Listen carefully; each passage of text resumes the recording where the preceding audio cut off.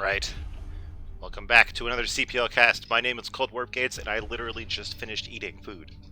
So I'm sure there'll be lots of burps this episode. It'll be great. But what we're really here for today is this series of matches here. We have Beach Buddies of StarCraft versus Flying SCVs in the Tier 1 bracket with these players that you can see on the screen. It's exciting. I'm hyped to get back into the regular season because we have these series. It really changes the way that the people play versus a best of one.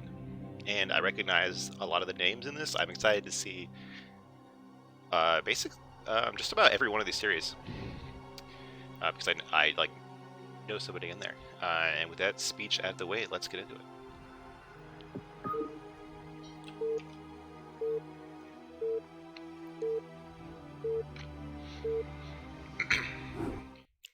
All right. In the top right, the Purple Terran Exo versus the Gray Protoss Benzo. And I'm looking at my side screen here. We have Benzo on Beach Buddies and Exo on the Flying SCVs. We have Eskia in chat saying cold warp gates implies there are hot warp gates out there somewhere. Yes. I've said it before, but my name is from like right after StarCraft 2 came out. There was still live stream, that was still a thing, and there was a guy who would take replays and cast them, and he kept saying that my warp gates were cold because my macro was bad, and I just like that. So hot warp gates, is when a good player is playing and they can macro.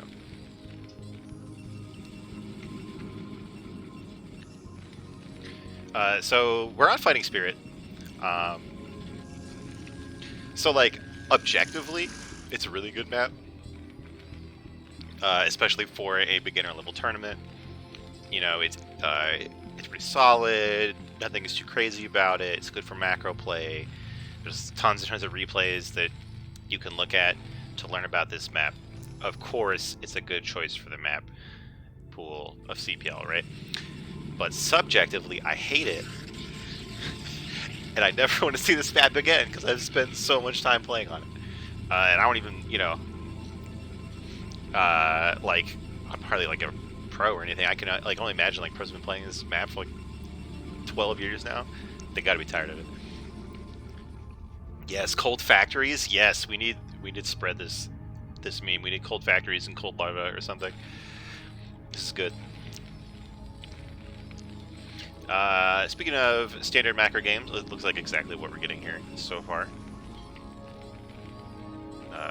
Both players doing a box standard openings here.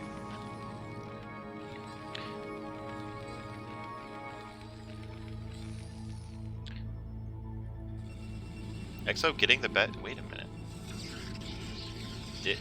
Oh no! I think Exo turned around right before they saw the base of Benzo, which is really unfortunate. I have done that before. It feels so bad.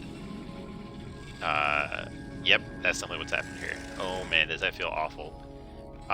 Fortunately for Exo, Benzo's not doing anything. Oh. Well, it's, there's the caster curse for you. I was about to say that Benzo isn't doing anything too wild. That was wrong. We have a Citadel, no goon range. We have a Forge.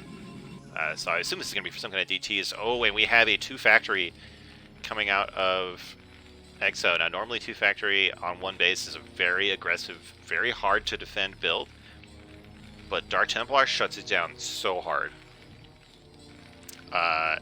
So this is going to be pretty rough for Terran, especially given the scouting problem. Like, Exo's going to be so confused when they get to the bottom right and don't see the Protoss there.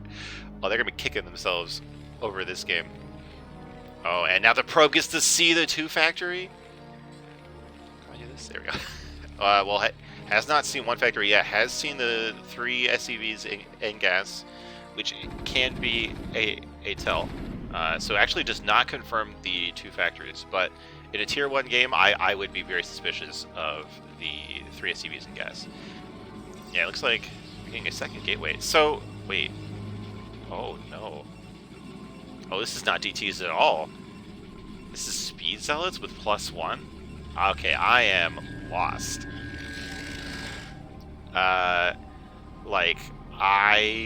So, if you've watched me stream ladder recently, you know that I like the cheese where you proxy 3 more gateways and then you just spam speed lots. But you don't, like, you have a total of 4 gateways and 3 of them are outside your base and you don't get the +1. So I don't know exactly what this build is from Benzo. I've never seen it quite like this before. I think it's just not going to be good enough. Like, you can support more stuff. Like, I don't think the gateway, or I don't think the forge is going to help at all, really. But we'll see, though. I was kind of curious about this because when you go Dark Templars in PvP, you get the forge, but I don't even think, I'm not even sure, is the upgrade even be done? I mean, it might be really close, but I'm not even sure if it makes any big difference against a 2-factory push like this. By the way, thanks for the follow, Eskia. I appreciate it. And thank you, Nightcat. Thanks, guys. I do want to point out that that EXO like faked the expansion here with this bunker, which is a nice touch. It didn't seem like it even got the opportunity to trick the Protoss, but this is like a really mean thing to do. Oh, and thanks, Keikus.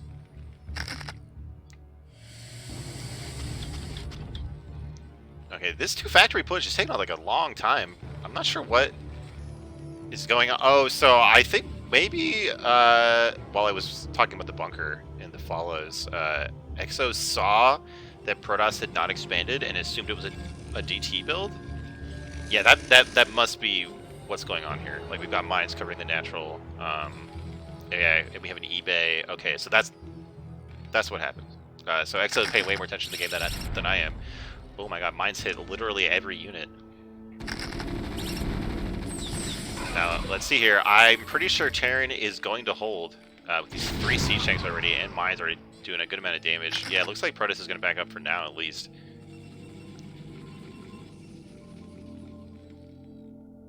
Yeah, we have EXO in the chat confirming that they scouted the expansion and decided not to push, which obviously is the smart thing to do. I didn't even think about that, because I just never happened to be going 1-base builds when I get 2-fact.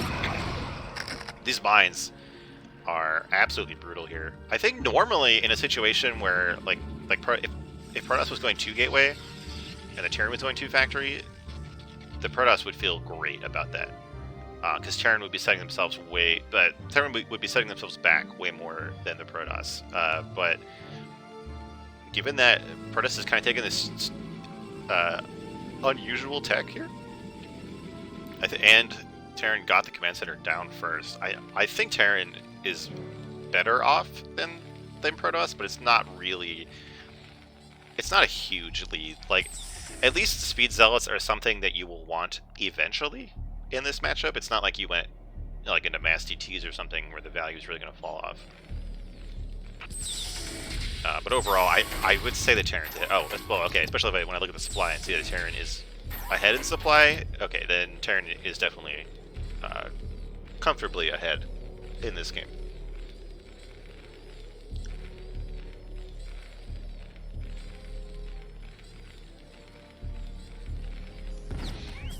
Let's see. Oh, we have this vulture. It's somehow managing not to kill a probe there. There we go. It does get it eventually. The cannon barely cannot hit it. Oh my god, this is so obnoxious. All these units have to come back.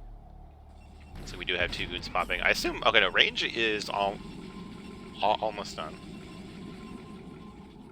There's just barely any goons on the map. Oh my god, these goons are struggling to get into the mineral line. 4 kills on this vulture. Just free money for the Terran. Ooh, and double upgrades. So I think we're going to see, EXO go into the later game here. Of course, it could be like a 2-base push with with a bunch of upgrades, but I feel like if we were going to see EXO do that, we'd maybe have like one armory at most, and then more factories. That's what I normally see in this matchup. See, and with the Protoss third being delayed relative to a normal game, they're gonna have a hard time building up enough units to deal with it, especially with the late observatory because of the tech delay here. Like, you want the observer in the Terran base around like 7 minutes, like between 7 minutes and 7 minutes and 30 seconds, as I have said many times. It's one of my go-to lines here for my casts, just because so many Terran builds diverge around that, and like if Benzo doesn't see that, they're gonna have a hard time responding appropriately. Okay, so we are starting to get more factories, so I assume it is going to be a 2-base push, not a 3rd base like I expected, which is still fine. Basically, if anything weird comes out from the Protoss side, Terran can just go for some flavor of 2-base push and have a great chance of winning, because even like in a normal game, these 2-base pushes can be they require like really crisp timings from the Protoss. They have to get like all their probes at the right time, they start getting units, start getting gateways, start getting like the arbiters or something, and like they have a very narrow window of time to hit all of that. So in a unusual game like this, it's going to be even harder for Benzo to do that. It seems like EXO is thinking about moving out before these upgrades are done. Oh, here we go. We're just moving to the bridge. That's fine. Ooh, double Stargate for Benzo. So I can only assume if you get 2 Stargates and we don't have a Templar archive, it's going to be for carriers. But I really don't like this. I mean, I don't think that Benzo has seen what Terran is doing yet. But there's no way that these carriers are going to get done before the Terran push does, right? It takes like 5 minutes or something to get carriers online. Yeah, we have +1 here starting. And the thing is, like, if you already have the Citadel done, you might as well get Arbiters if you're going to get some kind of Stargate tech. Now, I'm not even sure if Arbiters would get up in time. I think what you could do is start getting DTs and just like throw them one at a time at the Terran push, which can be a good way to deal with these pushes. Like, we do have scanners, but they're very limited, right? If you space out your DTs and then yeah, like if you space out your DTs, you can spend all of the energy on the scanners, and then when the Arbiter finally pops, they just can't see your whole army.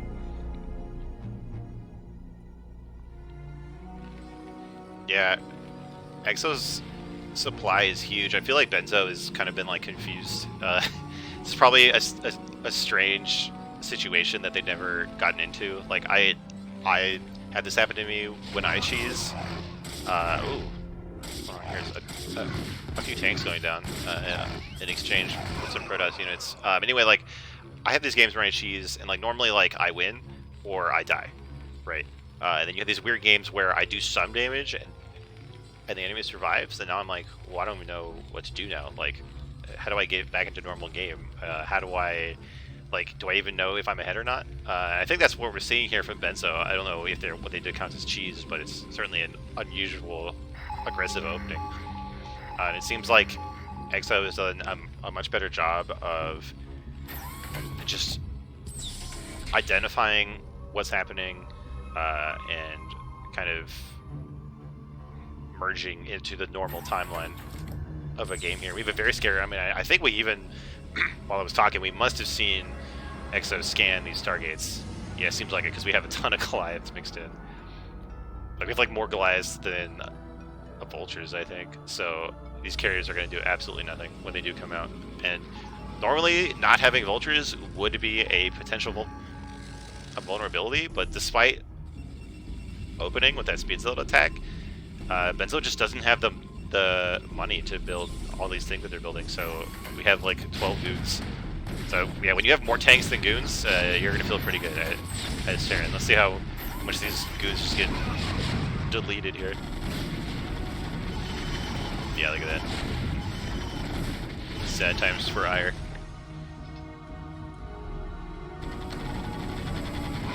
with that, I mean, this Terran push is just going to keep rolling on it into the Protoss main. These carriers are done, but 2 carriers, they're still making their fighters. They're not going to be able to stop this. And Benzo knows it. They tap out, and that is game 1 of Series 1.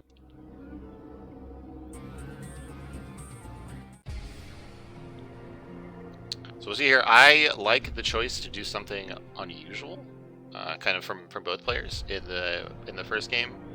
It makes it, you know, maybe your opponent tried to prepare for your normal strats, and then you come out with something weird and you screw up their whole planning.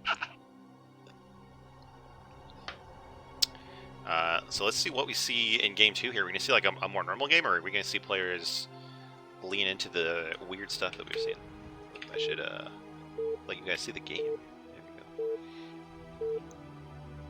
go.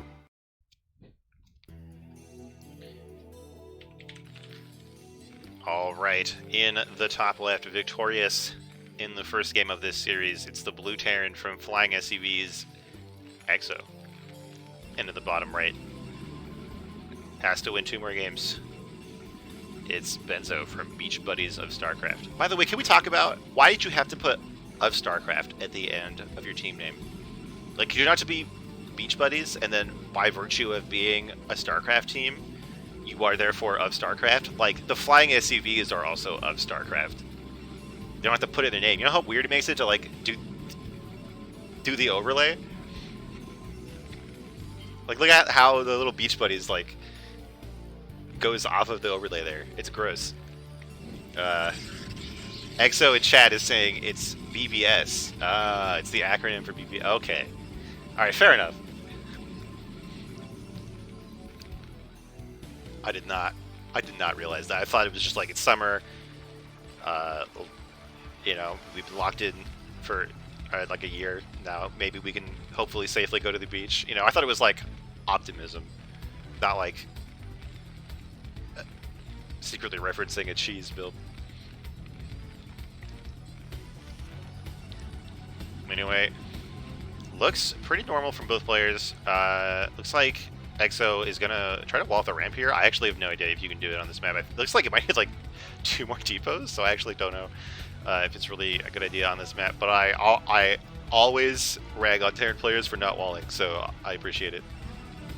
Now, scouting after Gateway, like we've seen Benzo do here, is unusual in this matchup. Protoss really almost doesn't have to scout. Like we've for a long time, like Protoss players just scouted with their first Dragoon. Scouting like after core is the normal time. So anytime you're doing earlier than that, I kind of have to ask why we're doing this. And like maybe you could gas steal, but this map is really long, and you see the gas is done before the probe even gets here. So I'm really not clear what this was about. We didn't like maybe it was to check for cheese or like a command center first or something like that. Just this kind of thing, it actually does hurt your economy up a lot. So I think you really had to do it to find somebody to justify it, and that does not happen this game. Oh, okay. Well, never mind. So I have not seen this expansion timing like all that much, but it looks like we started the Nexus even before the Zealot. So I've like heard legends of this kind of build, but I've never been brave enough to pull it off. So that's what the scout is for. Okay, it's to make sure that we're not seeing anything too wild from Terran. But given that this is a 2-player map, Exo is going to find it. And given that they're going to return to their favorite, the 2 factory. You know, it makes sense. You see your opponent go for a greedy build, so you go for the aggressive build. So I don't know if they had that plan for this game or not, but it's certainly a sensible reaction. Now I know that 12 Nexus, like getting your Nexus before your gateway at all, actually crushes 2 gate. I mean, assuming that you can micro, because you just get the 2 gateways online faster. Like you end up not having range in time, but you have more goons. So actually 2 factory is not good for this 12 Nexus. I have no idea how it lines up against this. It seems like it might be similar. Like we have 2 gateways done before the core. So it might be a similar concept, but I don't know. And Benzo is not going to be aware of this 2-factor, I think. Like, we have Exo just keeping 3 or maybe 4 Marines here at the choke. With this really deep natural on this map, I don't expect Benzo to be able to confirm whether or not there is a command center there. So I don't think Benzo is going to know for sure that there's a 2-factory coming. Oh, and the Marines even find the probe before the probe can possibly look at the expansion there.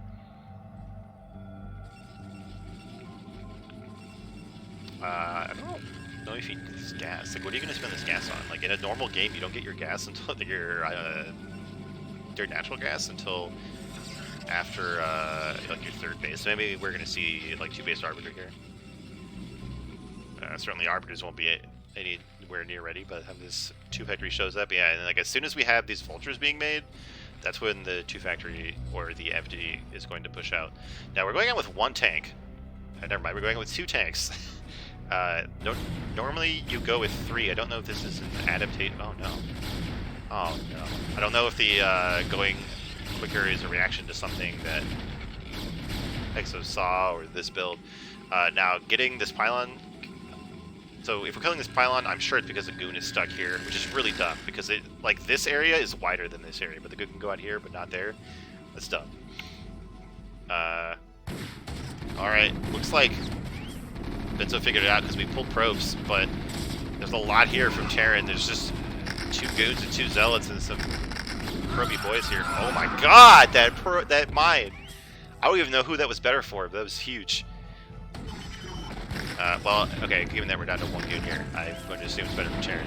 But, wow, that was a big one. Oh god, mine's on the ramp. These probes are dangerously close.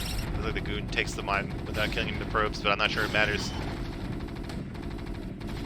Oh my god, probes getting stuck on themselves. Don't know about siege. Oh, never mind. Okay, you can siege right there and blow up like 3 probes in 1 shot. These probes trying to get this tank, but the vultures and the marine clean them up, and now Protoss is down to like 7 probes. Their natural nexus is being shot down. Units are being mined as they come out of the gateway, and Benzo taps out. And Exo wins the first series in a very quick and commanding fashion, I'd say.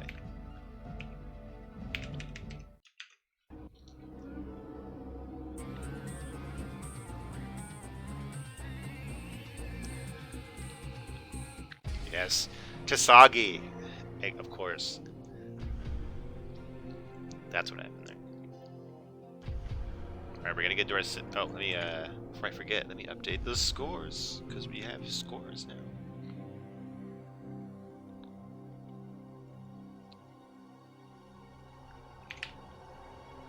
That's gonna be 1 series up for the flying SCVs. And then, now that we said that, we are going to get into Series 2, Zumpy versus Theseus. I desperately need a drink of water. So I'll do that while we count down.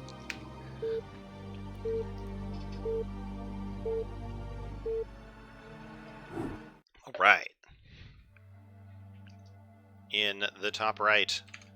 There we go. In the top right, the yellow Protoss Zumpy from the victorious team flying SCVs, and in the top left, in the magenta Terran, it's Theseus from the Beach Buddies and from the clan of me. And I messed up my overlay somehow. There we go. Okay. So this is the same series that we saw last time. Somehow, I don't expect that we'll see 1 base Speed Zealots versus 2 factory, but who knows.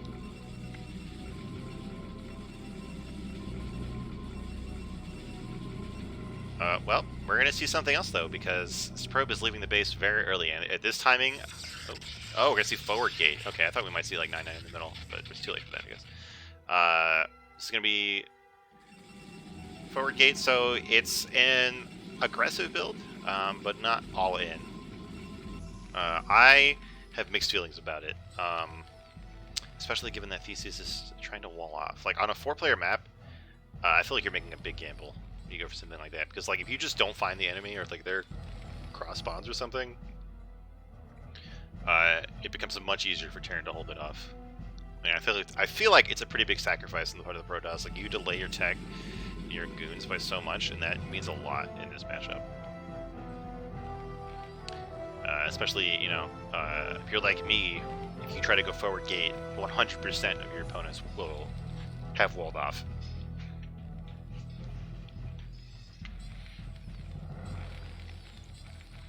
But we'll see. Maybe Zumpy is much better at Zealot Micro than me, which doesn't take too much, if we're being honest. But yeah, look at this wall. Like, see, this is what Terran players should be doing. Like, if a Netblind was here, he'd be talking about, like, oh no, it messes up all their SimCity, and, like, they'll have to kill a depot 20 minutes into the game to let their units get out of the base. But it's worth it, right? It looks like we have Theseus in the chat confirming that they researched Zumpy and discovered that Zumpy likes early Zealots. And see, this is why I like the CPL format, because we get games like this that are completely different from your average ladder game, right? Like, we even have Theseus scouting through the middle of the map looking for proxies.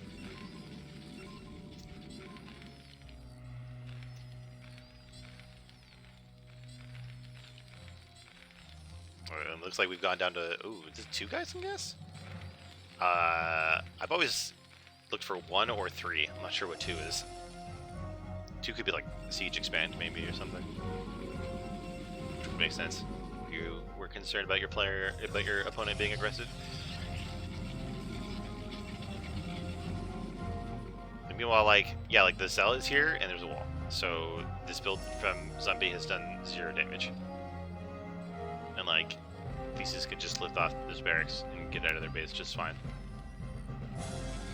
So we made 2 Zealots that aren't going to do anything. We have like, we have the late core and the late tech. No expansion anytime soon, I think, from Zumpy. And so I really don't like. This is why I'm skeptical of doing this build on this kind of map. Like, I love it on Eclipse. Like, I like going, like, even more and, like, just doing proxy with the 1 gate, like stealing the gas. That feels great. But I feel like it's a gamble in this kind of situation, and we can see that it has not worked out for Zumpy at all.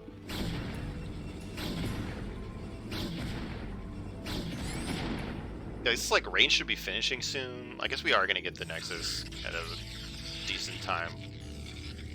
So it's not like game over for Zumpy. It's just behind where they would be in a normal game without really doing anything to Terran.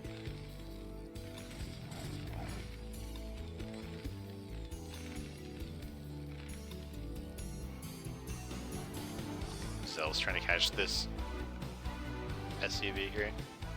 He's not even flying and he can get away.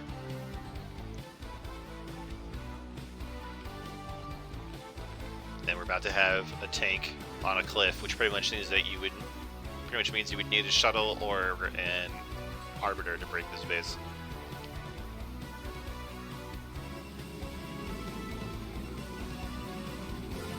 But we can see Zumpy again, like, emerging back into the standard timeline here. Oh my god, this SCV's gonna get in though.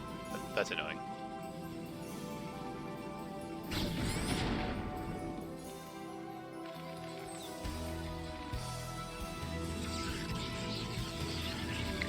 But we are gonna get this robo at a decent time. Get the second gateway so we don't die to any quick aggressive follow-ups.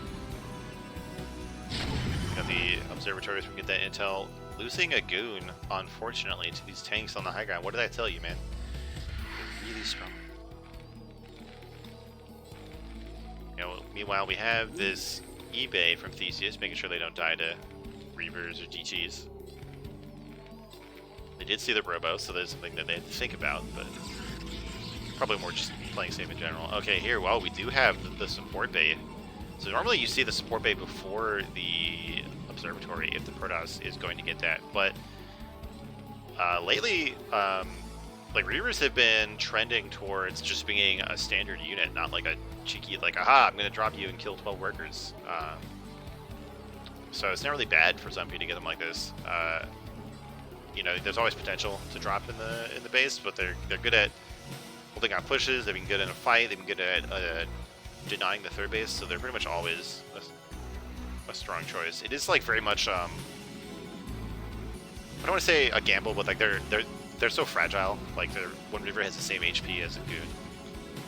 You've got like 3 tank shots, so you'd be pretty careful about how you drop them. But if you control them well and you get lucky with the Scarabs, you can do so much damage. It looks like we're setting up for a third base here as Zumpy, which is good.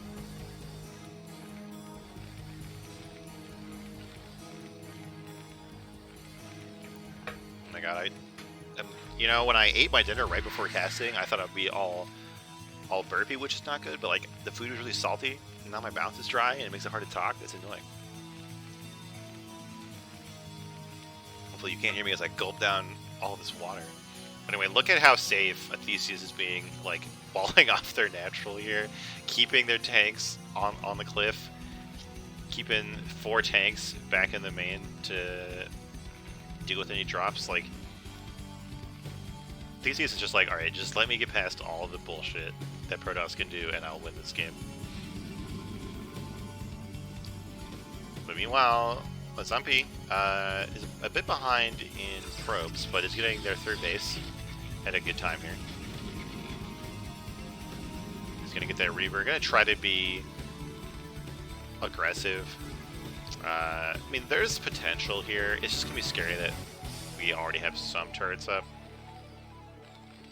And that we have these units like pulled in advance. If these units were in the natural, like maybe, you know, you could try to, you know, like drop a Zealot, walk in towards the tank, drop the Reaver, shoot the turret, and then go to the main mineral line, something like that. But you won't have time to do that.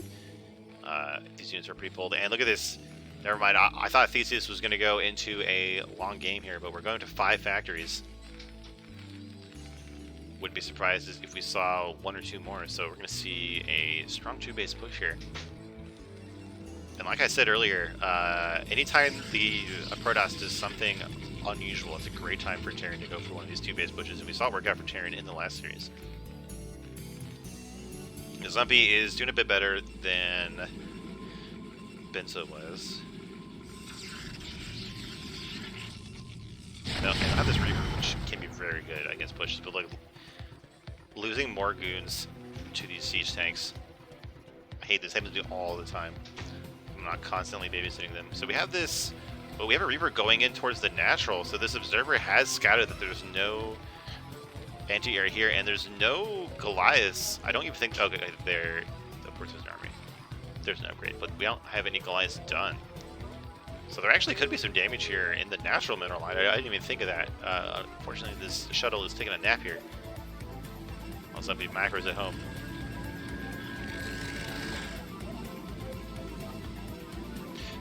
Oh, here we go. Getting 2 SCVs there. Oh, there you go. Big clump. Alright, this is some very nice damage for the Protoss. Basically shutting down the unnatural mineral line. Very nice. We'll get an idea of what the kill count is when this, if we see this land later.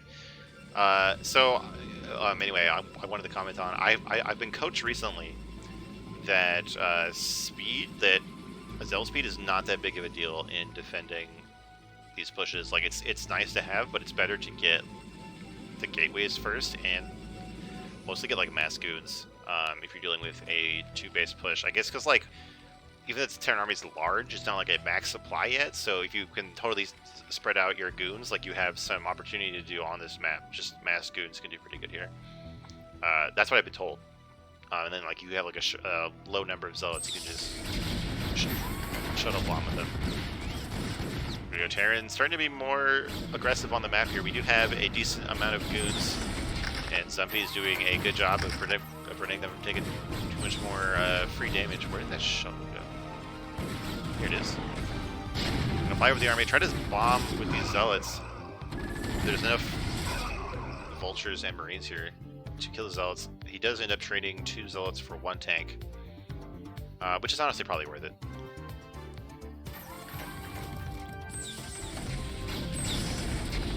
Moving off another tank here, and getting out before the siege tank can shoot. The Reaver does take one shot, but that's fine with the shields.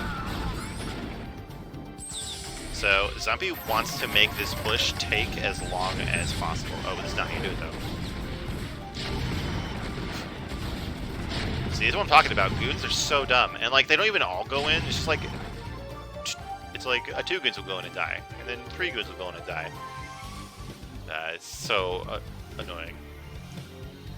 So here the Reaver is having a hard time being active in these fights. I feel like what we want is an observer over the Terran army, and then like we want the Reaver landed and waiting for Terran units to walk into the Reaver. I think that's the best way to deal with these pushes. Yeah, we still have to pay attention to it, so you can pull it back. Let's see here. We do have an observer over the army. We have a second group of goons over here with a few speed zealots. Let's see, can we get on top of these tanks? I don't think so. I think that these goons are going to get melted. The zealots show up just a few seconds too late here. Goons do get on top of the tanks and actually kill quite a few tanks, but 4 tanks are going to live. We have vultures. We have these reinforcements coming. A few goons walk into mines down here, and I think overall Terrans will be very happy with that fight. Of course, they are down in workers because of that Reaver drop. It's a third base from Protoss, but some people probably wanted more gateways. You know, right with all this money. I mentioned the thing about the zealot speed, and like we had like 5 zealots with speed, right? That's not going to be a game changer. And of course, like the money for speed is only like 150, 150, right? But I guess it's a 300, 250 with the Citadel. But like that just adds up because those could have been gateways sooner, so you could have just more units on the map. But now we're losing more units to these tanks.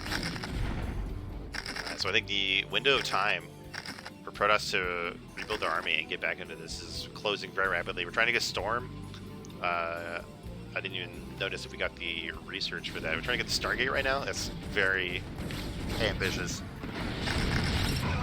This is like I feel like in my PvTs, if I have been pushed to the point where I'm stuck here, I have never won a game. Like I've never come back from a Terran sitting outside my bridge on this map.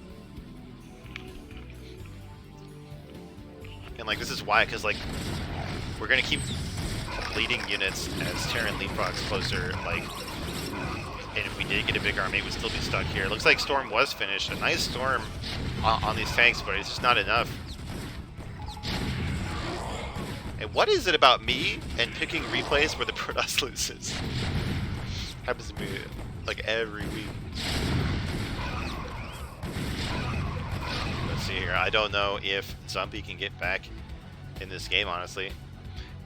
They're trying to continue to build up, right? Like we're getting this Arbiter tech. We're trying to hide a base in the bottom right, but there's a Terran army outside and we can't handle it. So Zombie taps out and Theseus wins game number 1.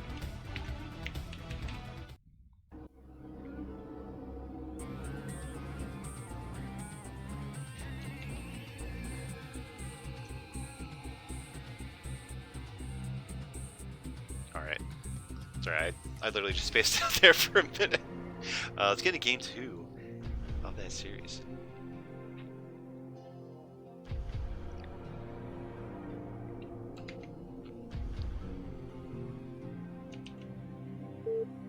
I think the food coma is hitting me.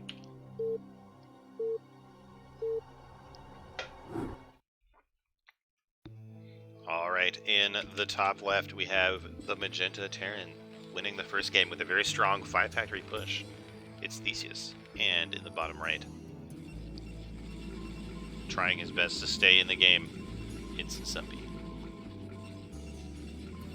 So I didn't get a chance to talk about it last game on this map, but this is Polaris Rhapsody, which is new to CPL. It's not a new map at all. It's pretty old. I think it's like 15 or 13 years old or something. So it's kind of unusual in some ways compared to most standard maps nowadays. It is 2-player, but it's very long. We have interesting base layouts. I'm not sure. I don't remember how to reveal stuff on the minimap, so I don't know if I can do that. Is it like the diplomacy tab? No, this is not even the right. What am I doing? Like when you're observing a game, I think you can do it. I don't know. Anyway, we'll see those bases around the map. Like there's bases in the corners that have 2 gas, but the closed spaces are mineral only, and there's these spaces here that are like kind of surrounded by cliffs. Well, it looks like we have another early probe scout from Zumpy. I think this is probably going to be for another like early gate kind of thing. But I know last game I talked about how I don't like it on a 4-player map. I don't like it on this map because of how long it is, and because we know that Theseus is already really safe, right? Like, we can already see that this wall is going to be up before the Zog can get across the map. So I really hope that we see Zombie be like, okay, I will not make the Zealot.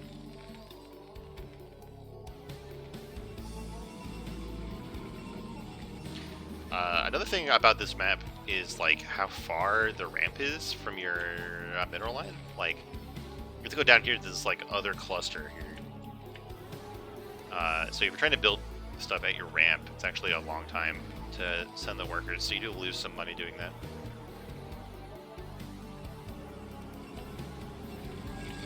But you know, we want to build this cyber core. Like, there we go. This probe is to trek all the way out here. There we go. But it looks like Zombie has done the smart thing here. Decided not to build these zealots. Oh yeah, Theseus. The layout on this map, the base zealot, does feel terrible. Like, it's really weird to go so far down to get to your ramp, and like, it's like you're like squeezing this like L shape in the corner. Like, you have a ton of space here. I guess like you could just put all your depots there or something, but it's still gonna feel awkward to get to. Ooh, so we're getting 2 gateways on one base. So I assume we're gonna see 2 gate goon here, and I really don't like this. I know State Zero really loves 2 gate in this matchup. I just don't get it, especially in the situation here. Like, I guess maybe you're gonna like force your opponent into. Oh well, hold on. Okay, so this is basically the dream situation for 2 gate. Like, this, or like CC first, because like I said earlier, 2 gate goon should be able to shut down 2 factory. Assuming both players clash. But like we saw in the first series, the Terran player can always check to see if we have a Nexus, and then if they don't see Nexus, they can just chill at home and get their own base. But anyway, I don't like 2 gate goon in general, because even if we didn't have this second factory, we still have a wall off here. Like, Terran's probably already going for siege expand, in which case your goon expanded, your 2 gate goon is going to do nothing. Like, there's no way that you can attack up this ramp versus a siege tank. And like, kind of the plan with 2 gate goon is to get a quick third base, but like, you can kind of do that anyway in this matchup now. Like, you can get like a 6-minute third and stuff, so like, I don't even know if it's really worth it. And like, the Terran is always going to scout it, like we saw here. So Terran's always going to be able to react to it. You're not going to catch them off guard. But this time, Terran decides to go for 2 factory.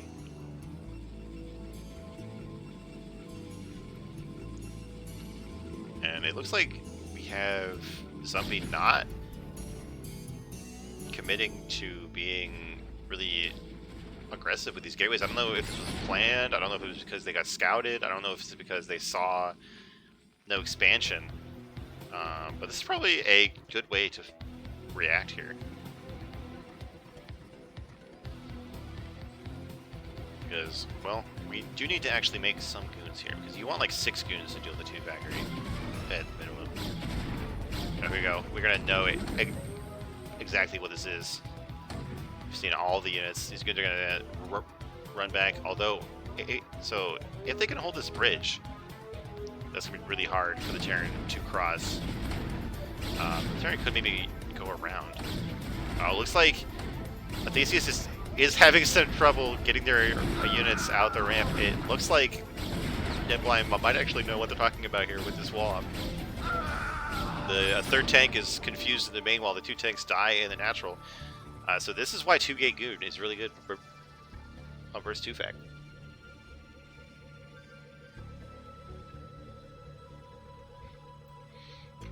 So the Protoss player is going to feel really great after this one. After that fight, that is. Terran's plans basically got shut down. Terran has no expansion even in their main base that's about to fly down or anything. Like, Protoss could easily just take a third right now. Okay, look at this, the commitment to diving on that tank. You trade a Goon for a tank all day. Might end up losing... No, we're not going to lose this Goon just yet. Now it's just these 5 Marines, or 4 Marines and an SCV versus 4 Goons here. Or are we going to get up the ramp as a Protoss? So that feels bad for Terran. Looks like we're probably not going to get this tank because we're a bit confused here. Oh, maybe I'm wrong. Maybe I'm wrong. Okay, so this is probably actually not a good idea for us to go up this ramp, given how many Goons we're losing. But the tank does have to run away so it doesn't get sniped. So maybe this is good for us after all. This Goon gets trapped by the SCVs. Somebody tries to save it, but then changes their mind and tries to pick off the tank, but this hero SCV repairs this tank, but 2 Goons show up. Overall, I don't really know who's ahead out of that exchange. I'm losing, that was like 4 or 5 Goons is a lot, but we did reset the tank count. I'm just not sure. I think if we had a third base coming up for Protoss right now, we would feel great, but it looks like Zumpy's going to add more gateways, trying to lean into this aggressive posture that they have here. We try to deny the natural for even longer.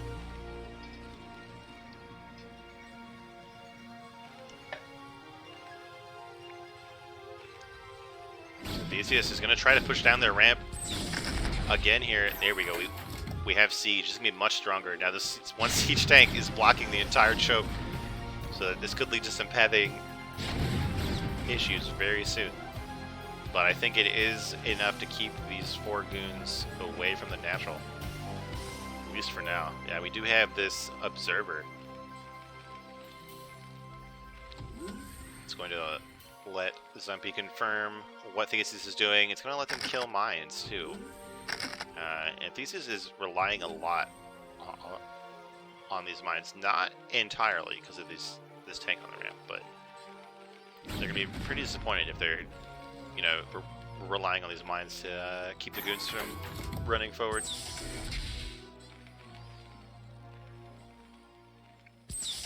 Alright, here we are. Okay, but we have 4 tanks versus 4 Goons, and we have Siege mode.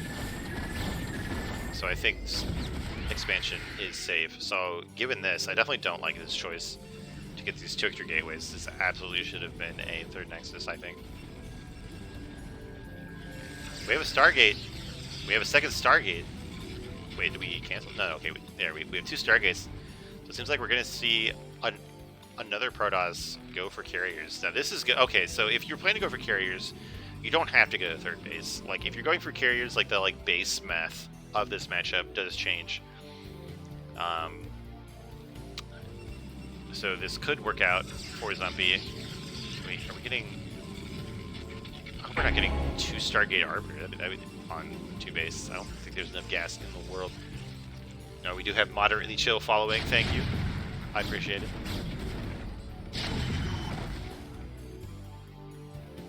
Morgan's dying here. We don't have a fleet beacon. Do we? That must be what this permit is for. Oh yeah, okay, and we have air upgrades. Okay, so we're probably just getting speed zealots. I'm not sure we have enough money to get speed zealots. I don't do 2 base carrier builds basically ever anymore, so I don't really know what the math is. But like, I remember, you know, the wisdom is like Goons and carriers for the first couple fights, and then eventually you can start expanding everywhere and getting gigantic armies. I like to get Storm with carriers, but like I like to get carriers more like as a transition in late game, than less of like a not like 2 base carrier or 3 base carrier. I like doing like 4 or 5 bases as a switch.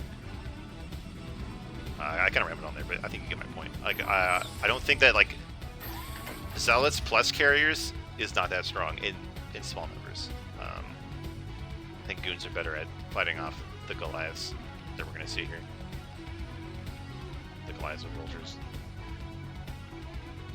So I don't think did this observer go into the main? It did not. I think it's hanging out here. I would like to see this observer just at least try to go in here, right? Like there's no turrets. So we're seeing Theseus go back up to 5 factories, but it's a little bit late. You know, of course, because of the openings in this game. You have 2 goons killing a vulture in a random corner of the map here. It's like somebody might be planning to take the space. Oh, but not as a third, because we have this third nexus in the bottom left at the double gas base. So anyway, so this 2 factory, like, it would normally, you know, be a good build versus carriers. Not like a reaction versus carriers, because your 2 factory, your 5 factory would start before the carriers, really. But in this situation, like, I think we're gonna have carriers out by the time this push gets here. What I'm trying to mess around with here in the vision, I believe we saw the first 2 scans go here and here. So Terran knows about this base. Some people might want to start getting cannons here or something. Look at all these probes stuck on this base. But because of the opening, like, we have carriers. We're probably gonna have 4 carriers when the push gets here. No, actually, okay, so we're gonna have like 2 carriers, and like these are gonna be like halfway done. I mean, maybe 2/3 done, but like certainly not with 8 fighters. And actually, though, this Terran army does look scary. So you know what? Tasagi, actually, I think Theseus actually is in a good position somehow. I'm not sure. I spent the last like 3 minutes talking about how I thought somebody was going to do good with these carriers, but these 5 factories have come online really fast. We have a lot of mech units and not that much ground, and we are starting to get a Goliath for Terran too. So they're gonna be completely caught unprepared here.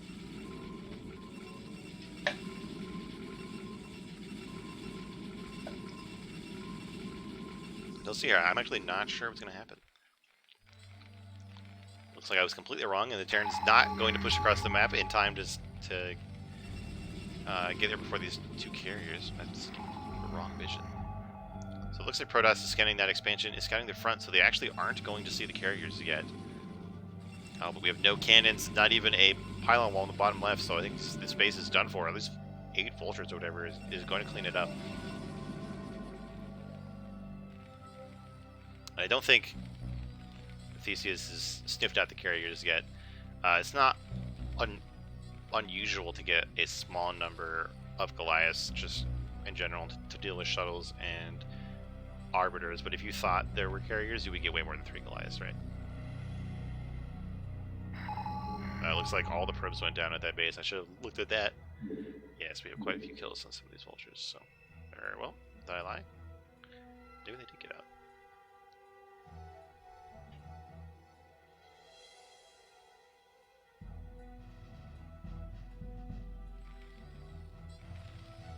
See, it looks like these carriers are going to try to be aggressive somehow. We only have 3. Here we go.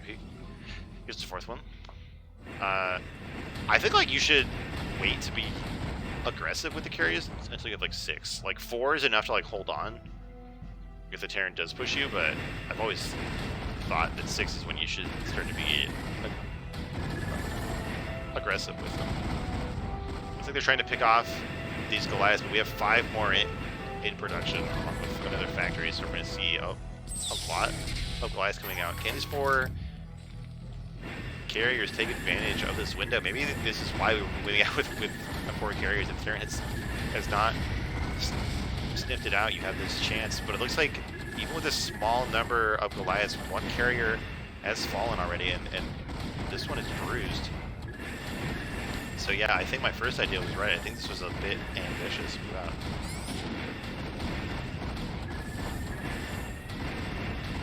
This early, especially that so maybe they were prompted to do this by the loss of their 3rd base. which is why we're trying to get some damage back. But these carriers, like, basically the entire game plan has been for these carriers, and they're quite bruised. They're at like 1/3 of their health and shields here. And they're sitting right over the factory, so they're going to get picked off here. These Goliaths can actually focus fire. I'm just not sure. Well, so maybe, I guess, I mean, you know, of course, if the Goliaths don't shoot, they will never kill the carriers.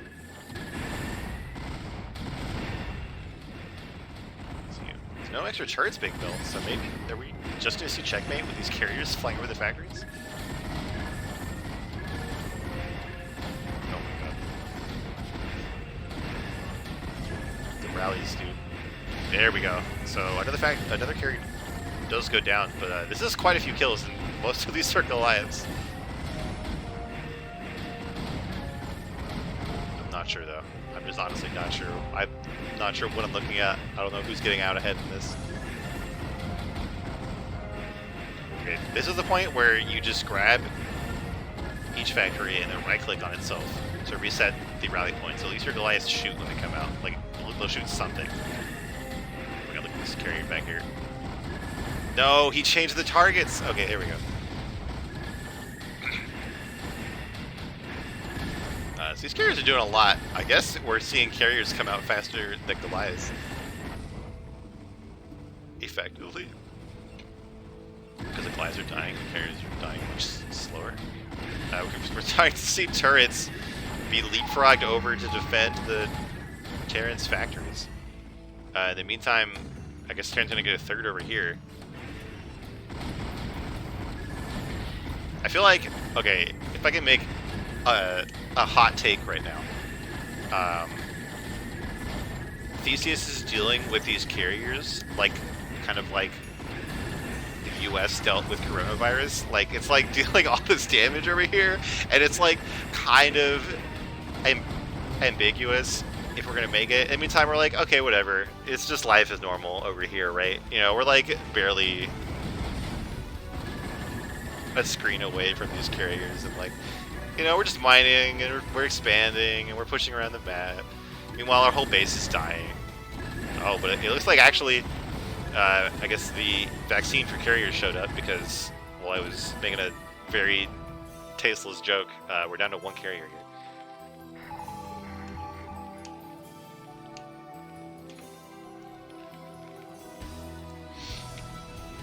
So I guess, finally, Terran can rebuild, but they kind of went all in with their tanks, and they're going to lose a lot of them here. Like, we're seeing a lot of goods die too, but losing these tanks is way bigger, especially as all of these reinforcing cells show up. And like, I feel like losing these tanks is much more damage than the carriers did. Like, that is the real story of this game. I feel like these just had given up. And then they're like, oh, I actually held the carriers, and now my units are dead. So now this third base is going to go down. Protoss is getting a fourth base. They're still making carriers, and Terran is going to be mining out of their... Oh, okay, Terran is mined out of their main. And they're very close to mining out of their naturals, so... Yeah, like, don't send 12 tanks and just leave them there without protection.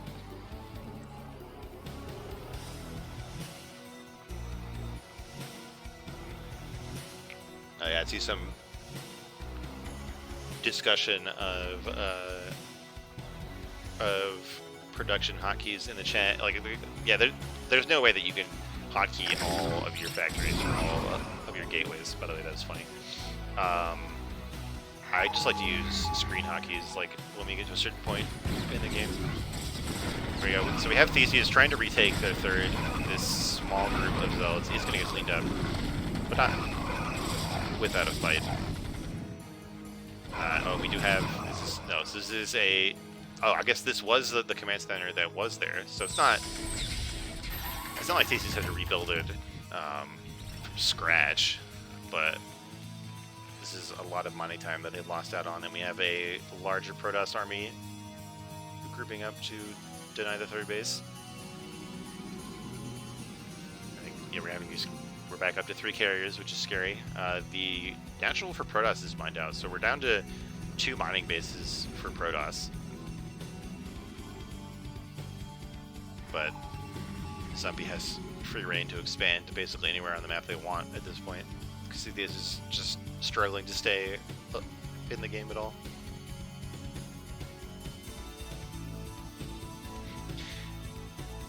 A BG Nikon, like, yeah, like you could just hotkey factories. Then you have no hotkeys for units or like your vessels or your scanners. I mean, I guess you could. Like, you just like only hotkey production and then a drag select your army.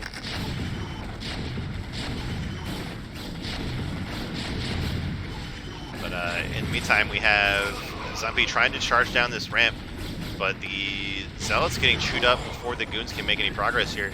Storm. Oh, okay. Hold on. Here we go. Holy crap! Giant storm all over the front lines of the Terran. We have 6 carriers showing up. That's enough to just fight these Goliaths head on. And now with the tank count being lowered, these Goons can just march in.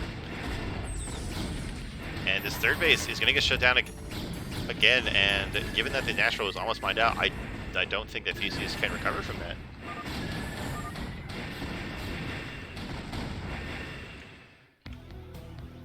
And that means we're going to see a 3rd game here.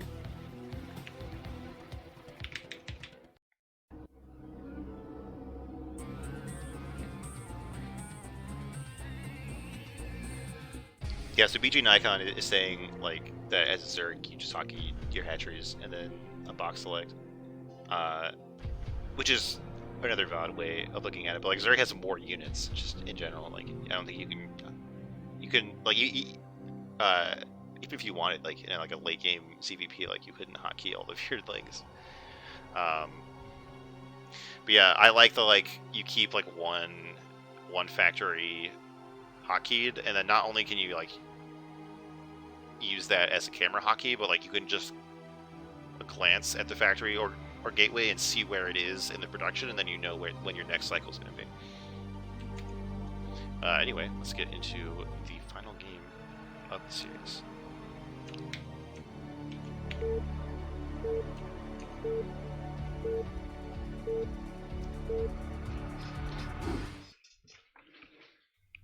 Alright, in the top right, once again, the Magenta Terran, me, Theseus, fighting for the Beach Buddies of StarCraft, and in the bottom left, in the yellow Protoss, winning that game with just sitting some carriers over the factories for like 8 minutes. It's the Flying SCVs, Zumpy 005.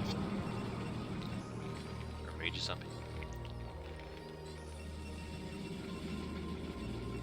So we're on Polypoid, which is, if you ask me, should be the replacement for Fighting Spirit.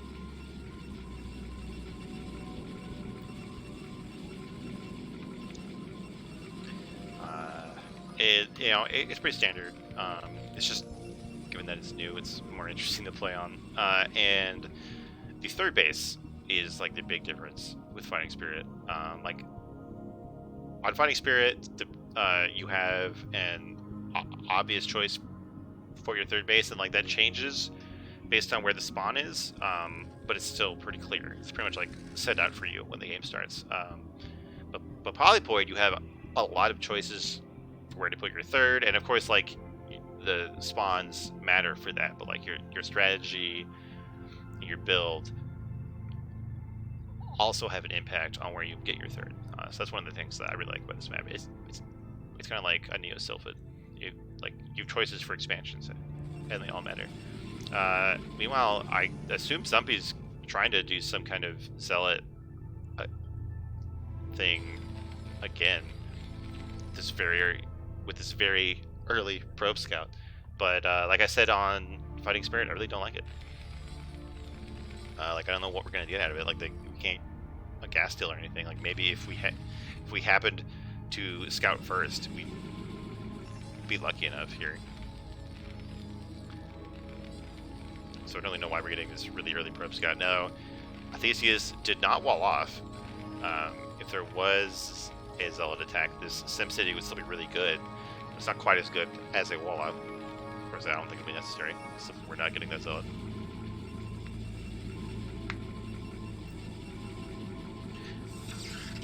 A Darthan Gamer asks, if you mind control a bird, does it get shot at automatically by enemies? I'm pretty sure it does. But if you parasite a critter, it does not get shot at. And that's why Zerg is the best race. Yeah, Theseus says that they were scarred by the tanks getting confused on the wall in game 2, like we saw. So that's why there's no wall. So I guess maybe sometimes technically a Nebline is right. But don't tell him that I said that, and I'm still gonna be annoying about walls every time. Yeah, Unlightsworn does point out that the Kakarus on a lot of maps expire, but isn't this the map that had the Panda Bear guy at the 3rd base with like 5 HP? The Ursodon? I haven't seen them in a while. Did they get removed? Or was that a different map? I don't know. Anyway, what are we seeing? It looks like 25 Nexus.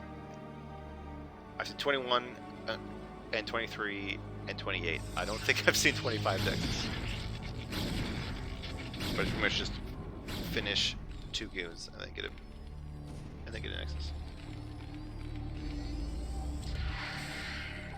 So we had this goon hiding outside of the Terran base. I'm sure as soon as we have range done, it's going to go poke that bunker, but there's going to be a tank done very quickly. And we have Theseus getting an eBay, so they continue to be worried about all of the stupid ways that a Protoss can steal a game in this matchup.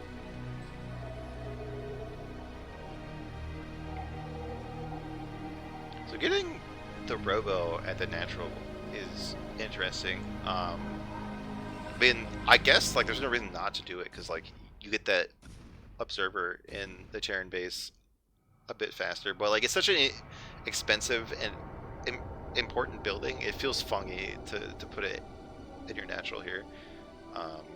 Like if there was some kind of like fact CC fact push, you would like 100% lose that a Robo, and like it's not even helping to wall off. Like if it was here, at least it would help to wall off versus Vultures, right?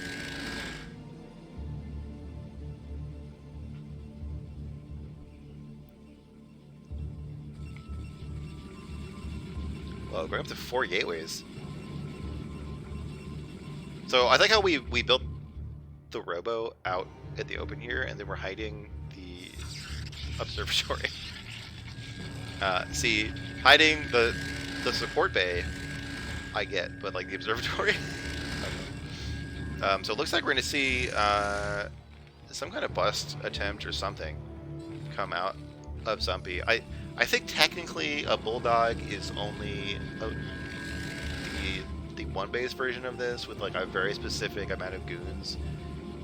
So I don't know if this is officially a Bulldog, but it's the same mindset. Like I think that's what we're going to see here out of Zumpy, because it's not just going to be like try to harass with a Reaper. Like we're getting speed. We have 4 gateways. Like we're gonna have a lot of units to go with this. But I feel like Theseus is prepared for this, at least in spirit. Like we have tanks spread out to deal with drops. We have turrets. I feel like, yeah. So with a turret here, especially, I think Theseus is going to be ready for this. Because this turret is going to help kill the shuttles that try to drop zealots on the tanks here on the cliff. And it's going to keep the factories safe, which is a big deal. But I have like very little experience trying to do this kind of bust, so we'll see if Sumpy knows something that I don't.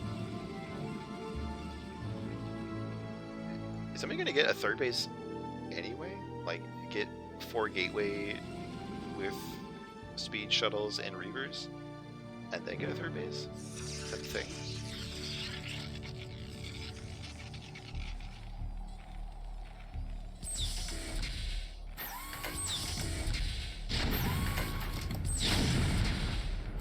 So these tanks are being very brave here outside of the natural. Like, this is like juicy zealot bomb territory right here. Like, drop the 2 zealots and then drop the reaver while the tanks try to unsiege and then run in with the goons. Like, that would be really nice. Here we go. We do have the speed shuttle. We have the a Protoss army with one group of goons inexplicably taking 3 different paths to the same location here. Isn't the pathing just great? But the real story is this shuttle. There is 1 turret in the main, but also only 1 tank. Oh, this shuttle takes so much damage. Kind of takes this indecisive route here. Oh, and now the reaver leaves the safety of the shuttle. Oh my god, Theseus destroying this drop. Does take a few SCV losses, but this aggressive build here from Zumpy is pretty much over, I think. Like, this health on this shuttle is never coming back. The shields take a bit to come back. That's going to make the drops that much weaker for the rest of the game from this 1 shuttle. And like, there's not that many gateway units, despite having 4 of them. Like, we have a very healthy tank count. I'm pretty far forward, and they're clumped up. But Zumpy didn't even go for that. Zumpy went for the natural, where there's also 4 more tanks, and we have a 5 factory again. So Theseus really likes to get 5 factories here. So maybe this build from Zumpy will be good against the 5-fact push, assuming that Theseus actually moves out, like, especially on this high ground that should be good for Protoss, and with this big arc. But I don't think that Zumpy has a chance to kill Terran.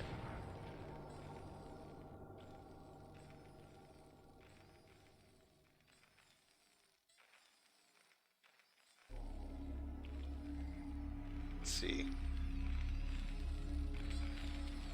I mean, if Theseus like tries to push out into this giant arc, that could be really bad. We have the I saw we had a second reaver, but it has not been transported over. We do have this third base done for Protoss, which is nice, but like at this timestamp, normally you'd be looking to get your 4th. Terran just started an armor upgrade, which I can't imagine is going to be done by the time the fight starts, but it's still good to plan for the late game. And Zumpy just like gives up that arc without even a fight. I'm kind of surprised by that. I guess it would help if the shuttle was over there across the map, maybe with some zealots on it. But like having all those goons on the ramp and then not even trying to fight, I'm really surprised by that. I really hope that this shuttle has not just been forgotten. Like, I have done that. I have forgotten that I had a shuttle because I like assumed it died somewhere.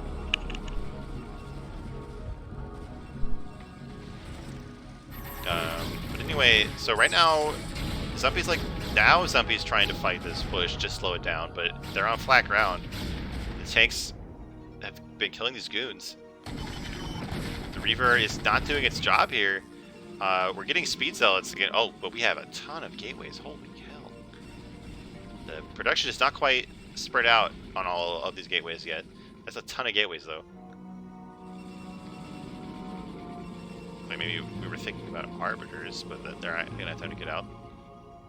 Would like to see some DTs. Like I said earlier, they can do a good job at slowing down these pushes. But this small number of goons, like fighting with this, you're just gonna take free damage here. Oh my god, there's like 3 or 4 goons go down as some reinforcements show up, but the tanks are just gonna keep bullying these goons. So, and each time they just lose so many of them. is why these 5 factory pushes are so hard to deal with. Finally, Stumpy has rediscovered their shuttle, but this is not the kind of thing that you want to drop on. Oh, there's even Nick alive in turrets of production. Yeah, the Reva tries to drop, it gets popped immediately by the unsieged tanks.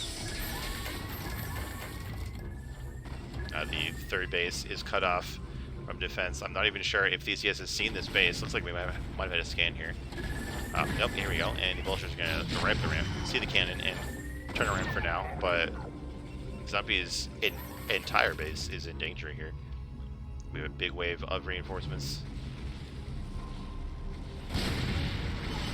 So we try to dive in, but there's so much stuff between the goons and the tanks.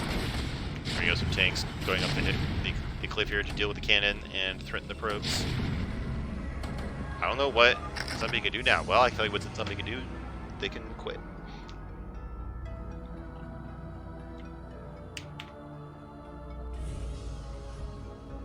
Alright. And that is going to be a series for Beach Buddies of StarCraft, thanks to Theseus, which will even up the score.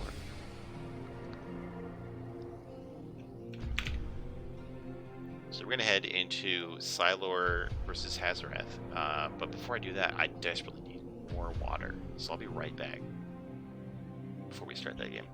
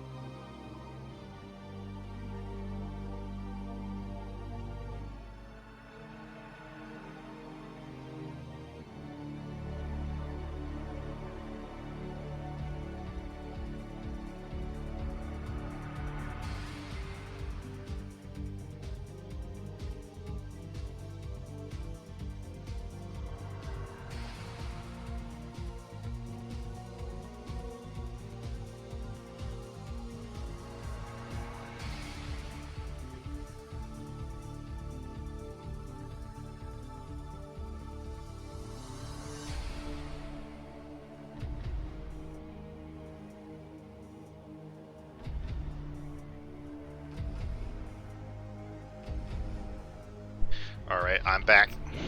Let's get into the first game of series number 3.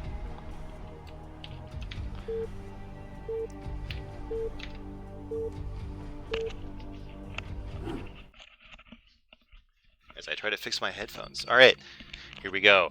In the bottom left, the Navy Zerg Ash Silor fighting for the Beach Buddies against the Pink Protoss Hazarath in the bottom right of the flying SCVs.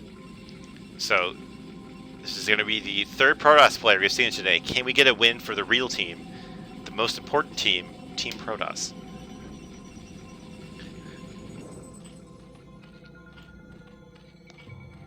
I really hope that the Protoss curse does not continue, where every game I pick, the Protoss loses, or every series, I guess I should say.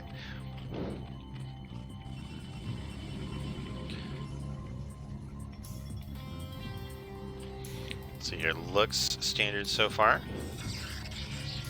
Looks like Hazarath will be opting for Forge Expand, although I have always said that if the probe leaves the base, then it's going to be Forge Expand. But I remember last week I was casting with Sate Zero, and there was a Protoss player who bamboozled me and went for the Gateway Expand after doing that. So I guess I really can't be so confident in doing that and saying that anymore. Looks like an Overpull. Yes, an Overpull from Silor.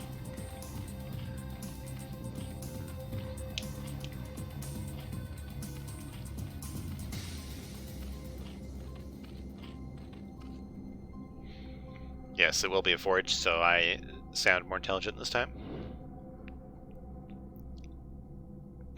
And we're seeing the double scout here, which feels awful. I hate scouting with 2 probes at the same time, but it's pretty strong. Like,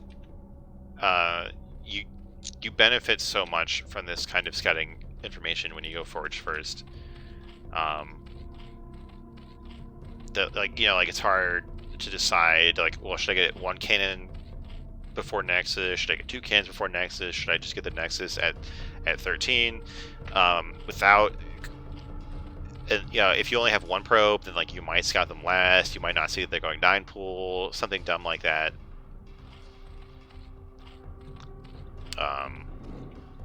Like here, we're seeing that because there's 6 links, or actually, yeah, there's 6 links, and it's in close spawns. Hazareth has to get 2 cannons. So we can see the probes paying off.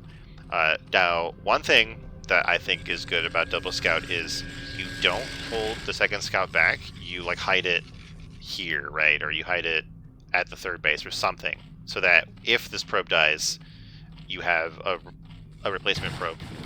See, now that this is dead, if Hazareth wanted to send a follow-up scout, they'd have to start from their main, and like the Zerg's gonna expect that, so they're gonna intercept that with their own links. Whereas, like, see, now if the probe was coming in from here, it could get into the main and get past all the links.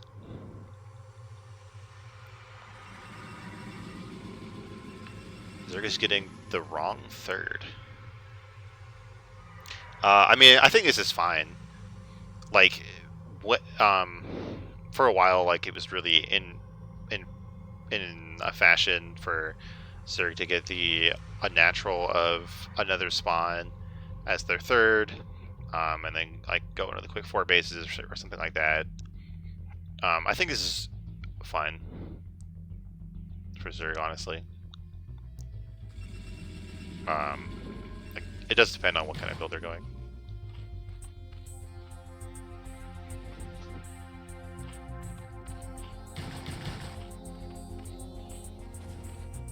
Yeah, a BG Nikon is saying that we should get this base as Zerg because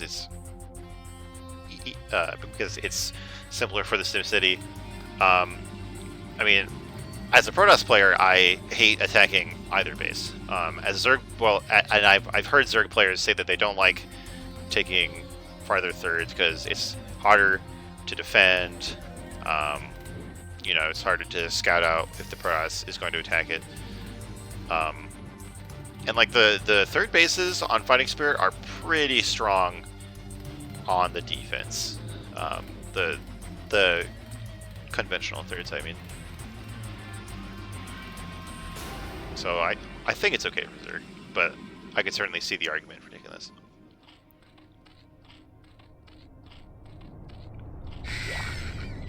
Ooh, we had an egg cancelled. You've got a spire here. It looks like we're going to see the very basic 3-hatch spire into 5-hatch Hydra.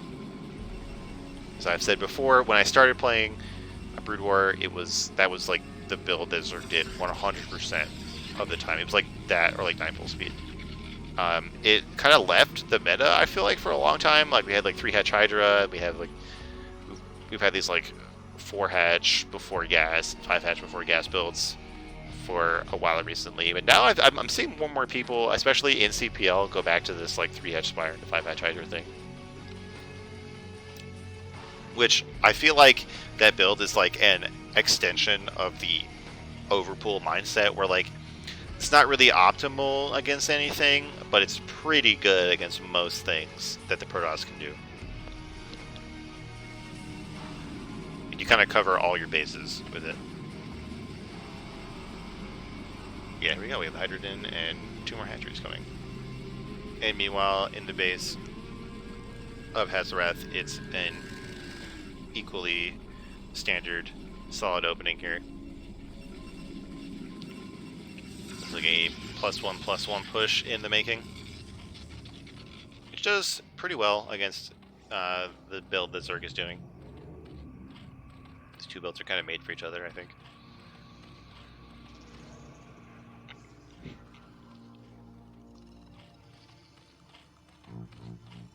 This Corsair has to get out of here now. Oh, no, that's the wrong way. Whoa, the Scourge running away from the one Corsair, but it does not matter. the Corsair goes down, and actually losing your first a Corsair is not a small thing.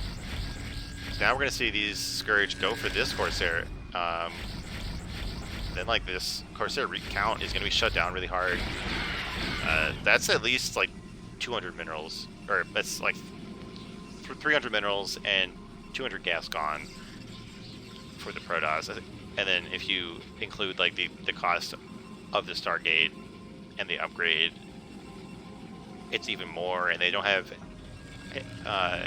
nothing to show for it. Like now they have to decide: do I keep rebuilding Corsairs to sink even more gas into it, or do I just give up? Then you're risking dying to mutas. So that's a nice pickoff for the Zerg player. Of course, we're not seeing mutas, we're seeing Hydras. But even then, having an active like 5 Corsairs with +1 is pretty strong. It kind of forces Zerg to keep some Hydras at home and stuff like that. It makes the Zealot push that much more deadly. But it looks like the Zealot push is actually not really going to happen this game. There's plenty of Hydras sitting outside of the base of Hazarath here. Seems like, yeah, this is really not like a 7:30 push, because like we got the Templar really early. We didn't make that many Zealots. And it's gonna show here, because now, even though Silor did not go for like a 3-hatch Hydra build by any stretch of the imagination, they're threatening the natural here and forcing more cannons. So like this cannon especially is gonna be really annoying for pathing. Like we're just gonna have to kill this cannon later, or goons will just never leave the space. Now we do have Storm on the way, so I don't expect these Hydras to kill Hazarath, but I'm pretty sure we're going to see a Lurker containment get set up. And let me tell you, that feels absolutely miserable for the Protoss player. Oh, we have a second Forge here, but we don't have the armor started. I wonder if this was like... I wonder if this was a reaction to the Hydras. Like maybe Hazarath thought they were going to get busted, in which case it makes sense to get a replacement Forge.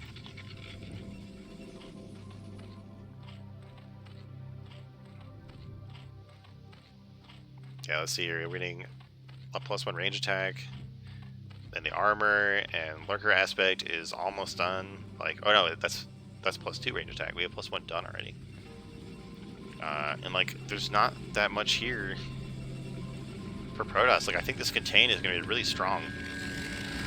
It's going to let Zerg get that 4th base up unopposed pretty much, and like it's going to delay the game plan of the Protoss for so long.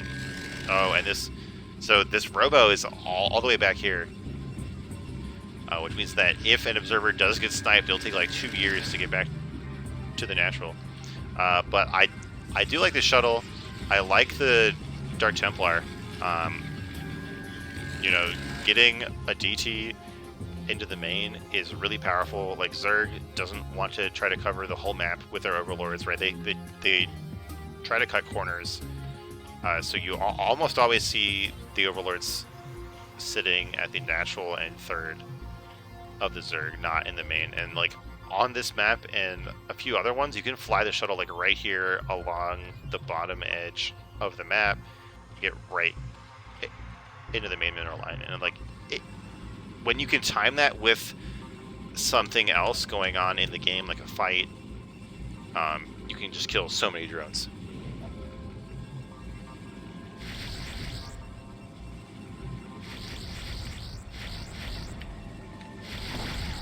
So while I was talking, it looks like Hazarath did rebuild some Corsairs, but then lost one of these Hydras.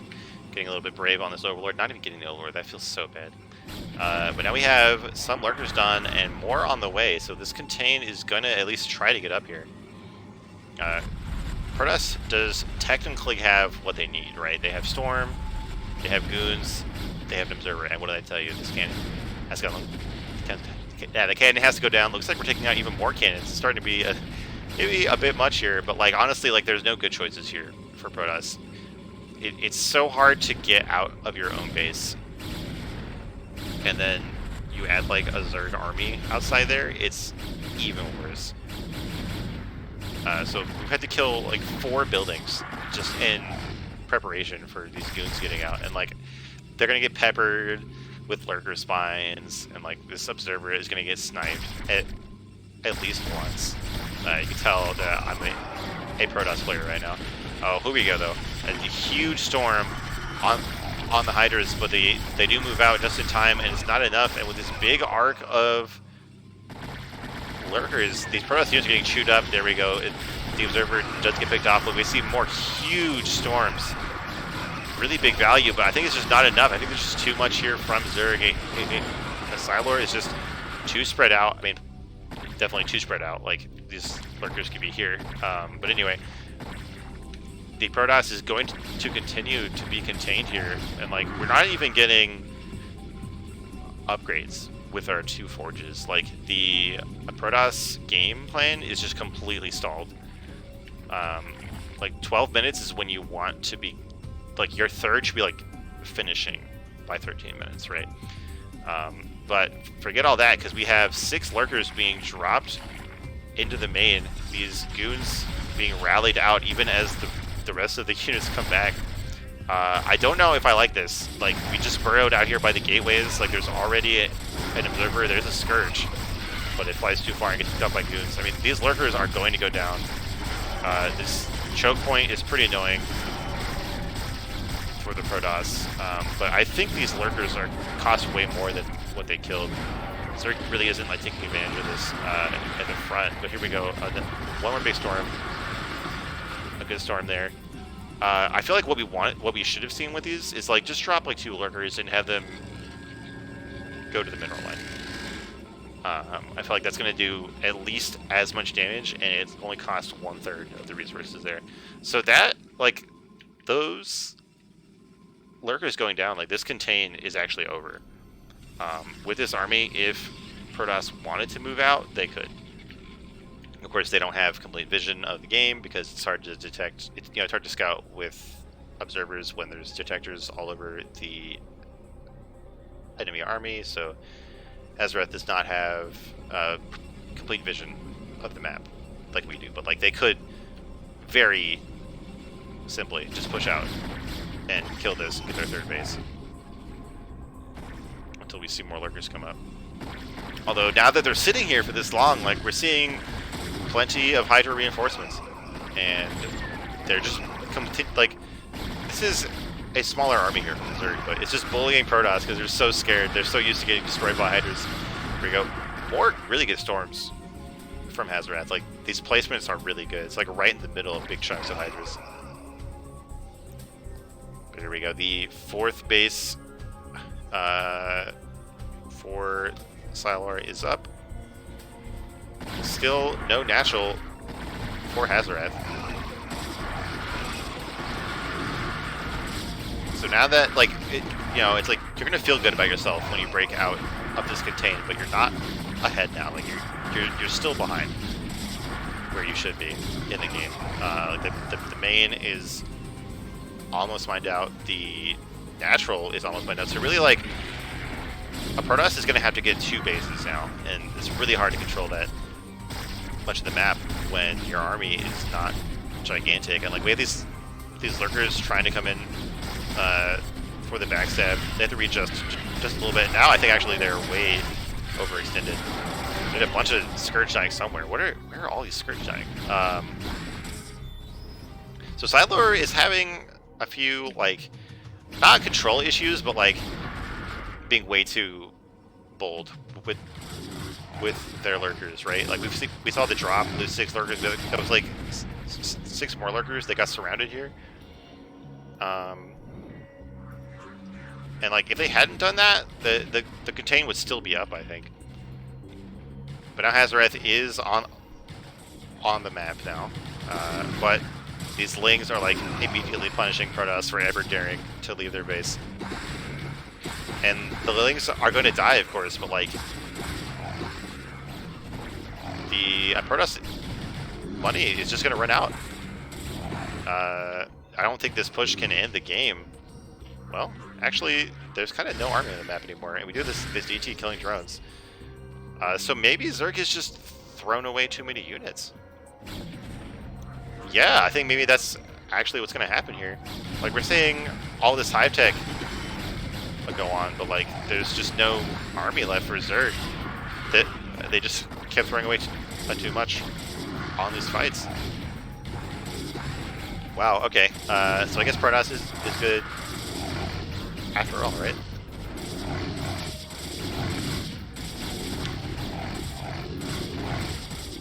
I'm really surprised because I've lost so many games being contained like that. So really well done from Hazarath by capitalizing on these mistakes from Siler. And by the way, after this, every time it looks like these players played this game in top versus bottom, and the default chat mode is to your team only, not to everyone. So we're gonna get the benefit of the doubt and say that Siler GG'd out there.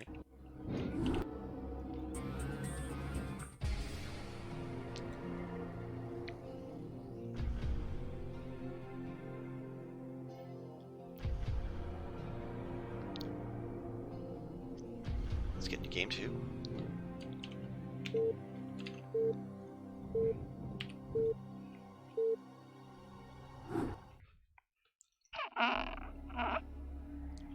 Alright, in the top left, winning the first game despite being contained for a very long time, it's the Teal Protoss Hazarath fighting for the flying SCVs, and in the bottom right, it's the, once again, Navy Zerg Ash Siler for the Beach Buddies of StarCraft.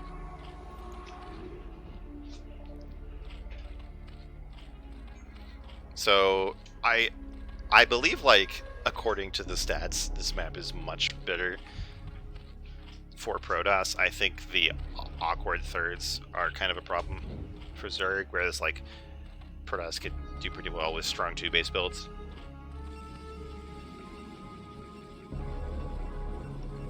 The walls are very particular. There's like one valid configuration of walls, and if one building is 1 pixel off, you are dead. But it looks like, I think this is the right placement on this pylon.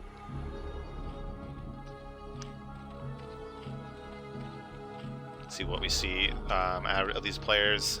It looks like it's going to be the same very standard openings that we saw last time. If we do see a lurker contain here, it should be even stronger, right? Like, if the Protoss is stuck in this area, we have like lurkers in a nice arc, right? Like, that should be even better for Zerg if we get to that same point again. How do I keep doing? There we go. Yeah, it does look like the same openings. So both players feeling pretty confident in their builds. Is this? Hold on. Yeah, that's right. Okay.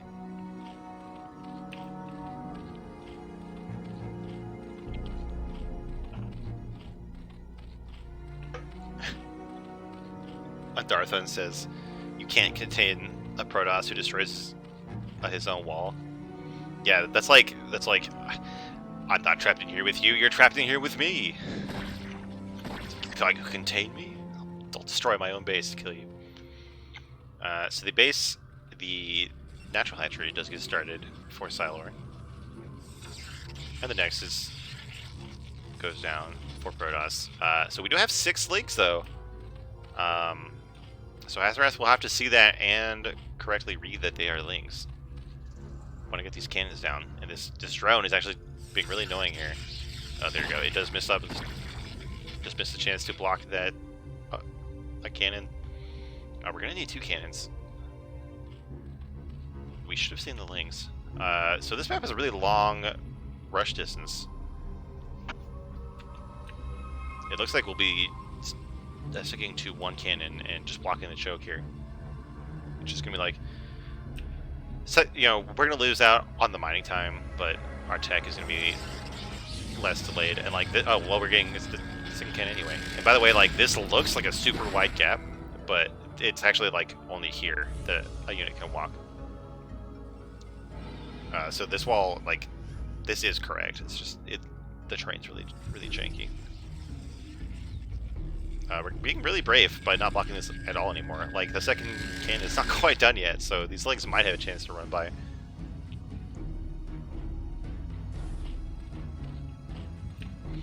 Meanwhile, this probe is still in the main of Zerg. getting absolute vision of what's going on here. Will probably live at least long enough to still lair, unless it just leaves trying to chase down this drone. Should see the core started soon for Hazarath. The natural is online here.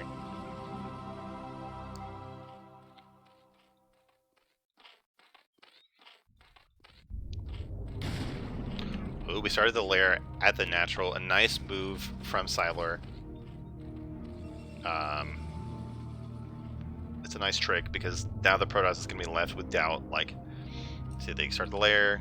Did they get Hydras? I don't know. We might see like a Zealot try to cross the map or something. Just a neat trick to mind game your opponent by getting the lair at an unusual base here.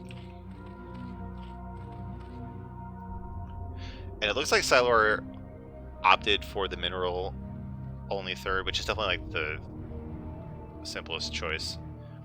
Like this one is 7. Is it the same? Oh, it is the same number of minerals. I thought this was only like 5 or 6 minerals up on this one, but I think this one is still better anyway.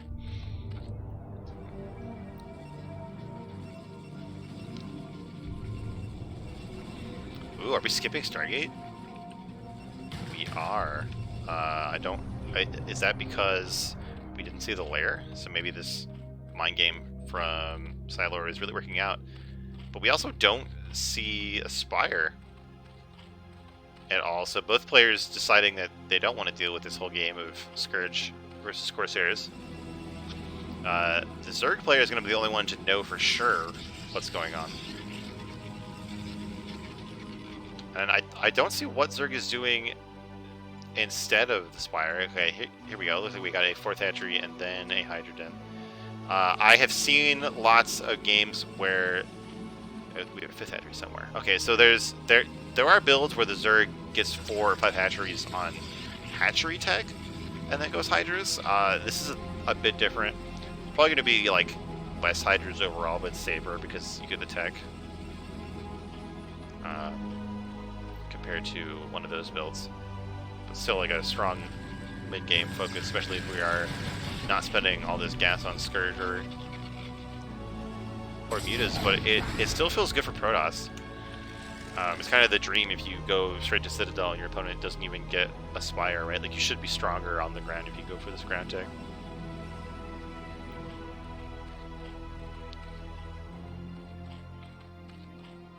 But so far, like, there's not even, like, any layer tech for Zergs. I'm kind of confused about this build. Oh my god, somehow Lings run by despite all these Zealots and 2 cannons. It's so obnoxious. Like, this is when the Protoss wants to be thinking about, like, putting some pressure on their opponent. They have to, like, micro the Zealot around in their base, and the Ling's gonna scatter everything. Of course, the Overlord can already see everything. Here we go, looks like that Ling is dead. Speed is almost done, right? Yeah, so speed and +1 are almost done. And 8 Zealots is certainly more than you have normally, but it seems like those Lings bought the extra time for Sylar to start pumping out Hydras here. They are kind of behind where they would want to be in drones. Like Zerg wants to sit at 38 drones. I'm pretty sure. But then I don't know if like you get that before you start making units or what. Now we do have 9 Zealots with +1, which is nothing to sneeze at here. Has Protoss sniffed out the 3rd yet? I think just going straight into the natural. They're going to conga line a bit here, but here we go. They surround the Hydras.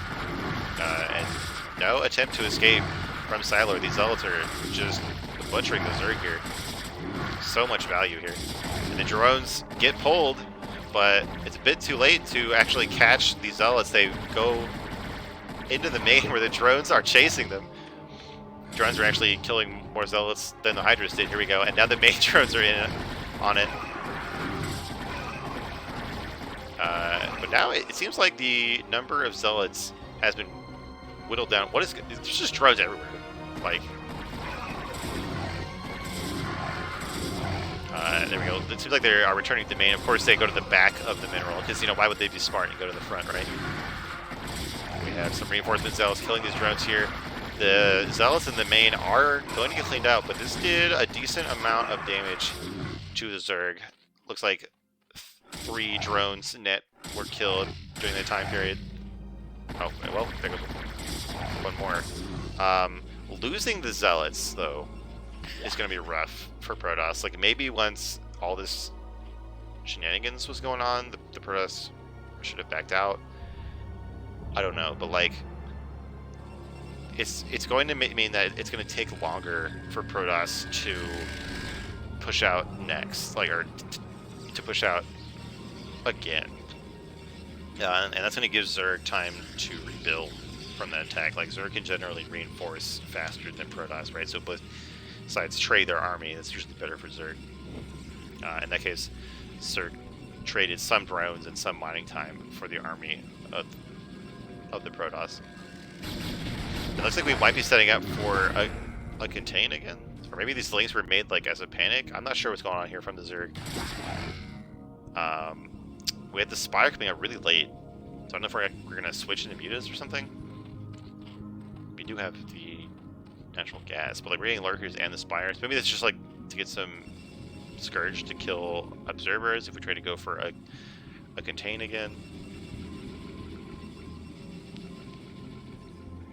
Not sure. I think maybe Siler was a bit razzled after that attack.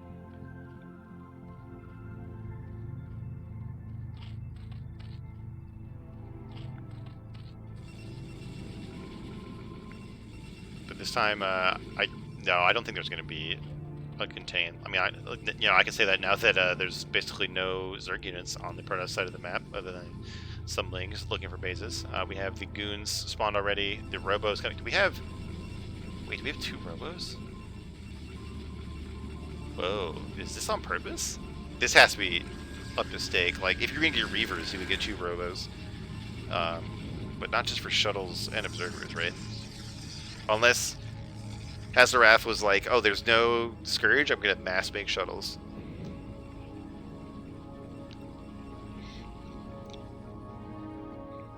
So we do have a Hazarath pushing out with +1/+1 on their ground units. So that's certainly going to make quick work of these Lings. And we've seen Hazarath have really good storms before, but these Hydras come in and pick off a Templar before anything can happen. Oh my god, 3 Templar go down. We finally have a storm, but the 4th Templar goes down. Holy shit, those Hydras just paid for themselves like 3 times over. That's so huge. Like, this is still a big army from Protoss, but think of how many Hydras would have died to the storms in those Templar. So we are seeing Silor switch to mutas, or at least like mix them in a bit. I assume to help snipe Templar, but like all the Templar are dead. We still have this Protoss army bearing down on the 3rd base, and there's 3 hatcheries here, so it's really important for Zerg to defend. And we saw those 6 snipes on the Templar, but where are all the units? We have some Hydras and Lurkers here, but now that I look at the supply, I realize that Protoss is way ahead here in the army count and the workers. Oh, but one observer gets sniped. Oh, but not the second. The Lurkers go down, and now this like extremely valuable 3rd base with 3 hatcheries and 2 evos. He's gonna get taken down. This is really brutal here. I'm really surprised that happened even after that sick Templar snipe. I guess Athras just made a big army anyway.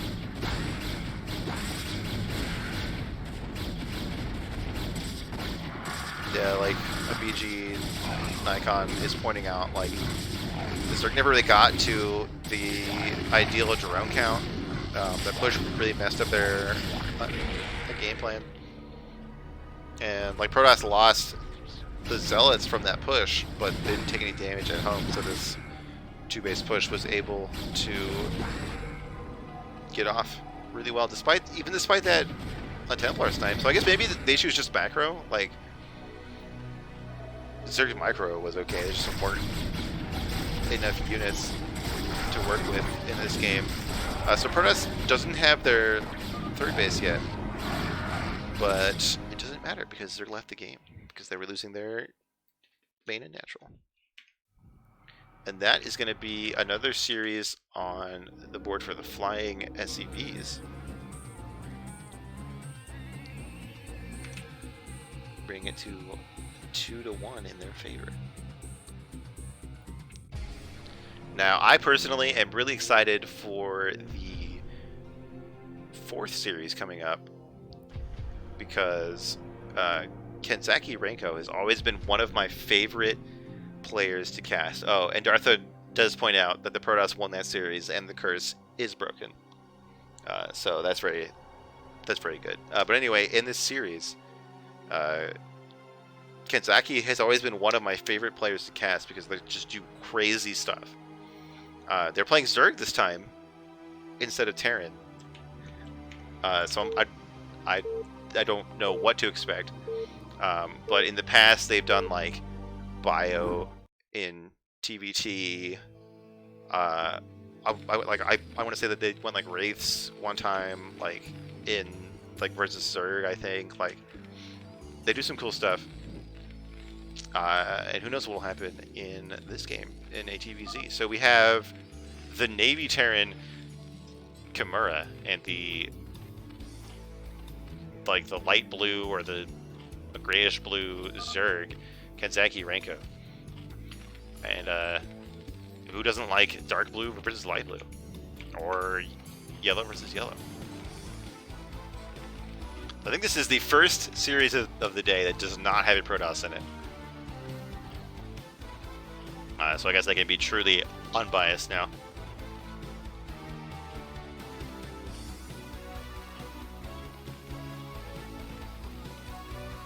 Of course, this is a fighting spirit, so you know it's going to be a standard map for this matchup. Unlike the previous series, I assume we're going to see Zerg take a far third. Just because having that far away is really important in this matchup. Forcing Terran to pick one place to threaten. But I don't know. I would not have expected Kenzaki to race switch. I don't know if it's like, well, they got bored of Terran and they want to try more wild builds as Zerg, or maybe like they're like, okay, I'm putting that Life of Madness behind me and I'm gonna play standard because this looks like a very standard opening from Zerg. Like we're gonna see this 12 hatch go down. Not like any like 9 pool or something like that from the Zerg, and Kimura is going to scout it first, which is always nice for Terran. If they scout it first, they can choose to go for the command center on 15 before they even get their first Marine. But if they don't scout it first, they have to be worried about 9 pools or other aggressive options from Zerg, so they have to get the command center on 18. Now Kimura is going to get all this scouting information. See that it's going to be a very normal-looking 2-hatch from Kenzaki Renko. Of course, 2-hatchery is, by far the dominant build in the meta right now. I don't understand all of the reasons why 3-hatch fell out so hard. For a while, it was like they were kind of even, like you were just a 2-hatch player or a 3-hatch player, but now it's like everybody's just doing 2-hatch. I have to mention that in CPL we see a lot of lurker builds, like they just skip the Spire and go to lurker, which is good for a few reasons. Like if you're not like a golden mouse player, like mutas are really hard to control correctly, so lurkers are simpler. If you don't want to get into the big macro game, lurkers are better at ending the game early. And like if you're playing somebody across the world, maybe you have a low frame rate and you want to get lurkers because you don't have to worry about the lag when you're doing mutas. But we'll have to see here. If Kenzaki is going to go for lurkers, they'll have to build the Hydrogen pretty soon. I think it's like when the layer's at like 2/3, you build the Hydrogens, something like that. Looks like we're going to see Chirax Academy from Kimura, which of course is the prescribed response to 2-hatch Muta. Oh, these Lings being really annoying here at the front, trying to kill this SCV, and they do it, and they both get away. A nice small victory there for Genzaki, but now he's trying to surround these Marines. The bunker is almost done. What is it? What am I seeing here? Like, these are the most valuable Lings ever. Wow, they kill a bunch of Marines, and they're going to get into the main, even though the bunker finished. Now, with all of these SCVs here, Kimura surely can fight this, right? Like, we've killed another SCV. Like, I think like 2 or 3 Lings have died, and we've killed like 3 or 4 Marines, 2 SCVs. We're taking all this mining time, getting all of the scouting information. That was totally worth it for Genzaki. A nice little play there. Of course, it is going to set back, you know, that making those, maybe you wouldn't even want to make those Lings. You just want to get more drones. I don't know. It's just, there's some of the deep parts of Zerg play that I don't quite get. But yeah, I feel like, at least for this game, Genzaki is just putting their old life behind them and playing a standard Zerg now. This is just a very normal looking 2-hatch. It looks like since we lost those Lings, we have to get a Sunken here, which I think is fine, because like you're almost always going to have to get one anyway, right? Like, especially versus a T-Rex Academy.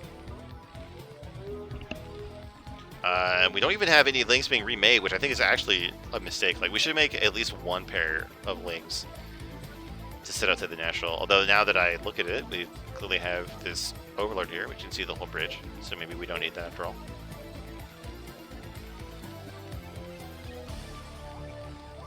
Getting more barracks. So I think 4 barracks before the factory is a lot. Is it a lot? Like, I thought like 3 was normal, and then you get the factory. I don't know, guys. I play Protoss. Just a gateways go burr. I don't understand all these complexities here.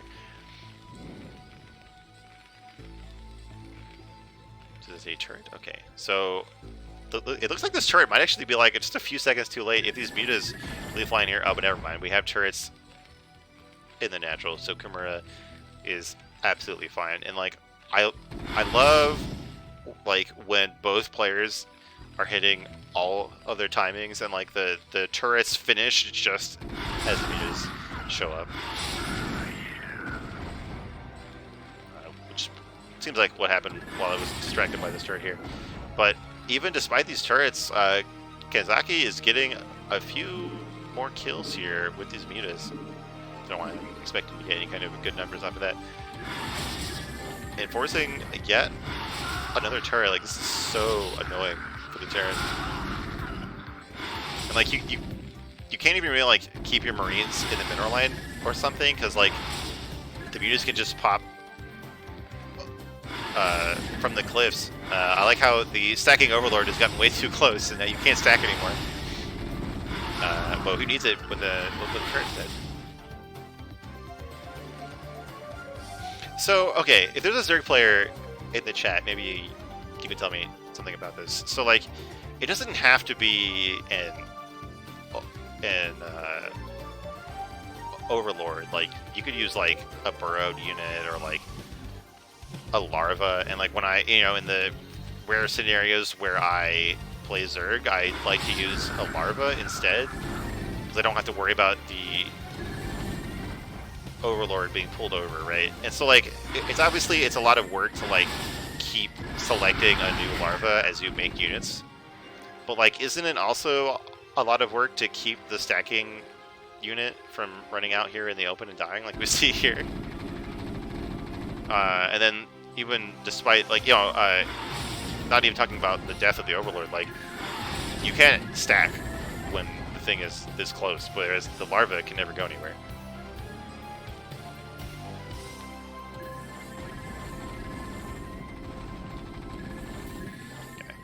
I'm reading chat and being told that 4 racks is like a normal thing, so that's fine. But certainly having a hard time dealing with these mutas from Genzaki. This is actually been really good. Like despite the stacking issues, These mutas are doing really good.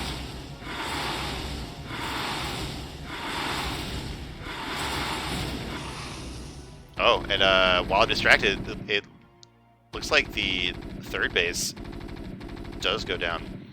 Oh, we have a hive in the natural. I didn't even notice that's what's going on here.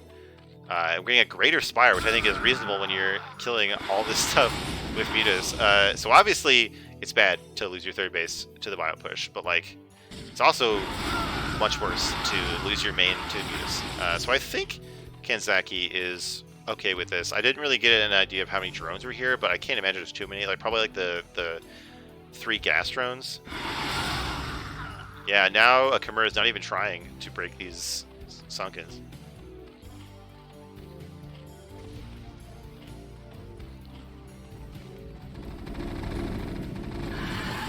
Okay, so taking some damage here on the mutas. But overall, like, that has to be good, right? Like, completely shutting down mining in the main. Like, Zerg is up in workers. We're getting a greater spire. Like, you know, as long as we have some mutas alive, we're going to make some guardians here. We're getting 1 starport as the Terran. But is this going to be for the normal science vessels, or are we going to get raced? Like, are we going to Star Sense and get the race? I don't think so. So these guardians are going to be really brutal. It's like this factory might discover them at the last second here.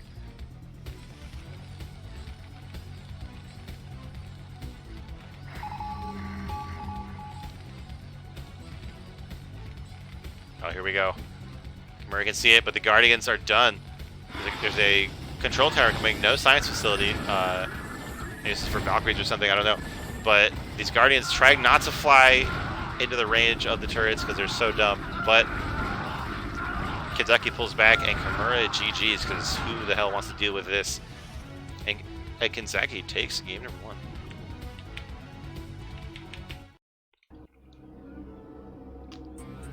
So there we go. Some of Kanzaki's shenanigans shine through at the end of that game. I knew that we couldn't have a completely standard game here.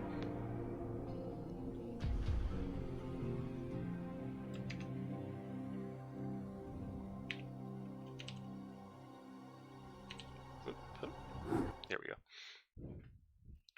All right, oh, here we go. Thank you for the colors. They make so much more sense now. Anyway, in the top left, we have the blue Terran Kimura, and in the bottom right, the yellow Zerg Kanzaki Renko. Now, the base layouts on this map are not nearly as friendly to Guardians, so I doubt we're going to see the same finishing move here. But of course, mutas are good on basically every map that exists. I guess actually, like, on this map, like, they have to dive, like, pretty far into the corner of the map here. So maybe, like, use random turrets, they get stuck. But who cares about that? Because we have an SCV crossing the map very early, and as we learned earlier, Kimura is on Team Beach Buddies of StarCraft, aka Team BBS. So we're about to see ABBS here. And I think this might be the first time that I've casted ABBS. So I'm hyped. I get to cross that off of my bingo sheet. Ooh, but Kanzaki is doing something cheeky of their own. They're getting an overpool here, which is absolutely not the normal thing to do in this matchup. Ooh, and overpool with gas. Is this Lightswarm? I think this might be Lightswarm in disguise. Because Lightswarm loves to do this build. I guess, spoilers, sorry Lightswarm if I give away your strat, but like, you practiced this build like 8 times versus me. Granted, I'm Protoss, so I don't really know what it means in this matchup. But like, okay, this has to be good, right? Like, this has to be a good matchup versus BBS, like, surely. You don't have the extra production of the second hatchery, but like, would it even finish in time, really? So, like, surely if you spend all your resources getting speed links, like, getting a fast layer, okay. The real Kanzaki is back. Game 1 was a bait. We have a true madman is back. Yeah, I know you only do that in EVP, but like, look, I lost that build like 8 times, right? It looked the same to me. I know it's a different matchup and it works differently. So do you get fishy about this SCV? I don't know. Oh well, this is potentially bad because these links are crossing the map, and they're not going to be home to defend. So 2 lings go down there for free. The natural wisely gets canceled, but I don't think Kimura cares either way. They're running straight into the main. We only have 2 eggs worth of links here. It looks like these are going to go back. We didn't get speed, right? We just got the layer right away. So we don't have speed. We have these drones though, but they're stuck trying to go around these buildings. The spawning pool placement actually working against Kanzaki. I think here we go. The lings are back. They're getting good hits on these Marines, but the bunker is close to being done. If this bunker gets down, it's going to be really bad. Oh my god, all the Marines die at the last frame before the bunker is finished. And now all Kanzaki has to do is keep Marines out of that bunker. And Kimura taps out. Wow, that looked really bad for Kanzaki for a bit there. Like, I was sure that bunker was going to go down, and 4 Marines were going to get in there and kill that spawning pool. But they just popped as soon as the bunker finished. What a close game.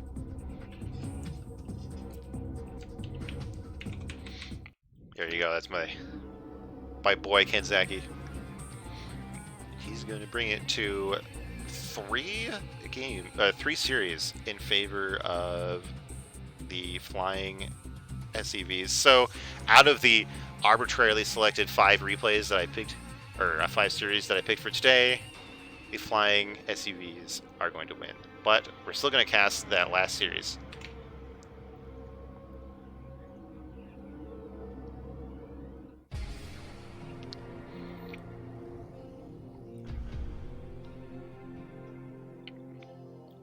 And that last series is going to be between a U-Round and PRG Crespi.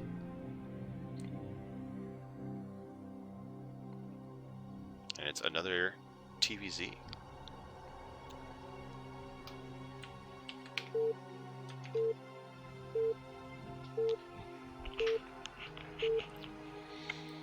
All right. We have in the top right the Red Terran U-Round from the Clan Rev fighting for the Beach Buddies of StarCraft, and in the top left the White Zerg, I assume from the Clan PRG, fighting for the flying SCVs. It's Crespi. So Crespi I do not recognize. They could be new. They could also be a player that I don't recognize because I don't pay enough attention. In the top right, it's a year-round who has been casting some this season, so definitely make sure to check that out because that's cool. I love having more casters around, means I don't have to cast like half of all of the entire games like I did for the last 2 seasons. It's nice.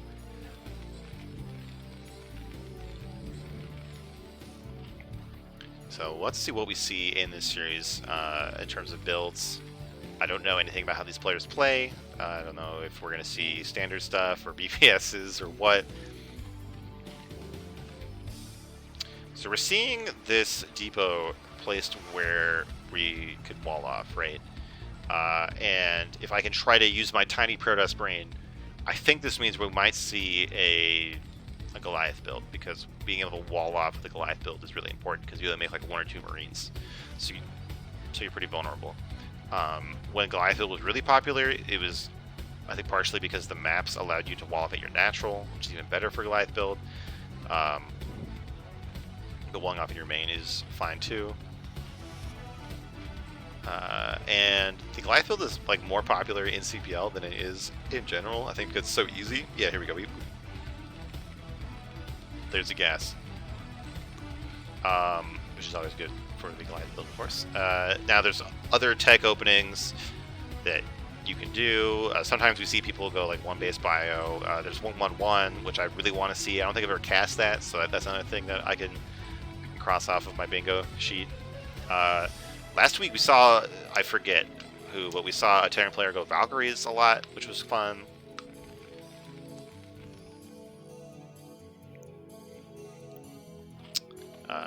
But we'll have to see where all that gas is going to go here. So we have a Crespi going for a very standard build. Looks like another 2 hatchery build, no overpool with gas 1 base layer shenanigans like we saw last time.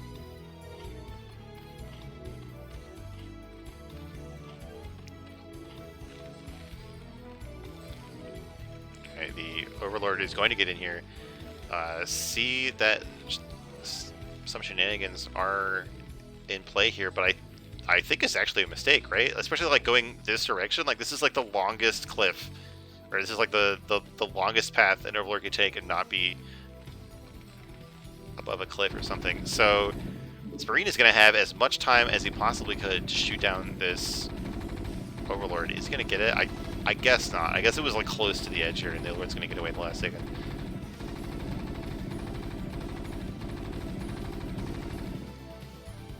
Wow, okay.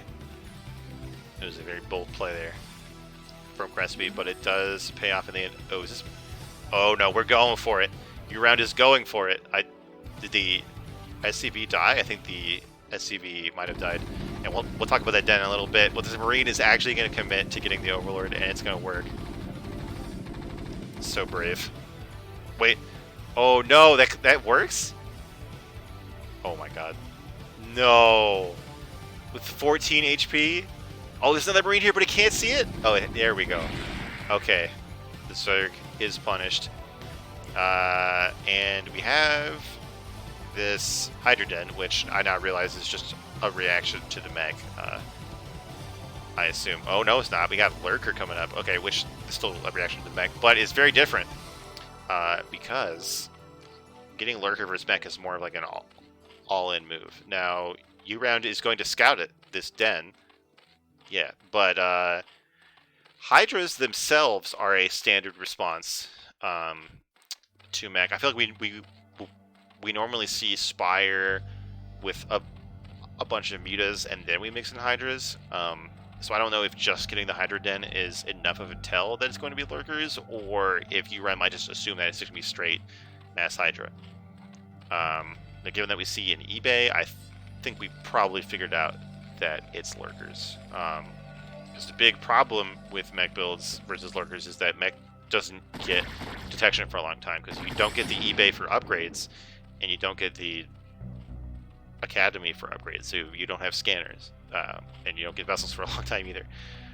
So Lurkers can be good if you surprise the opponent, but it seems like, given how quickly we saw these Hydras, U-Round is getting that eBay for detection, maybe?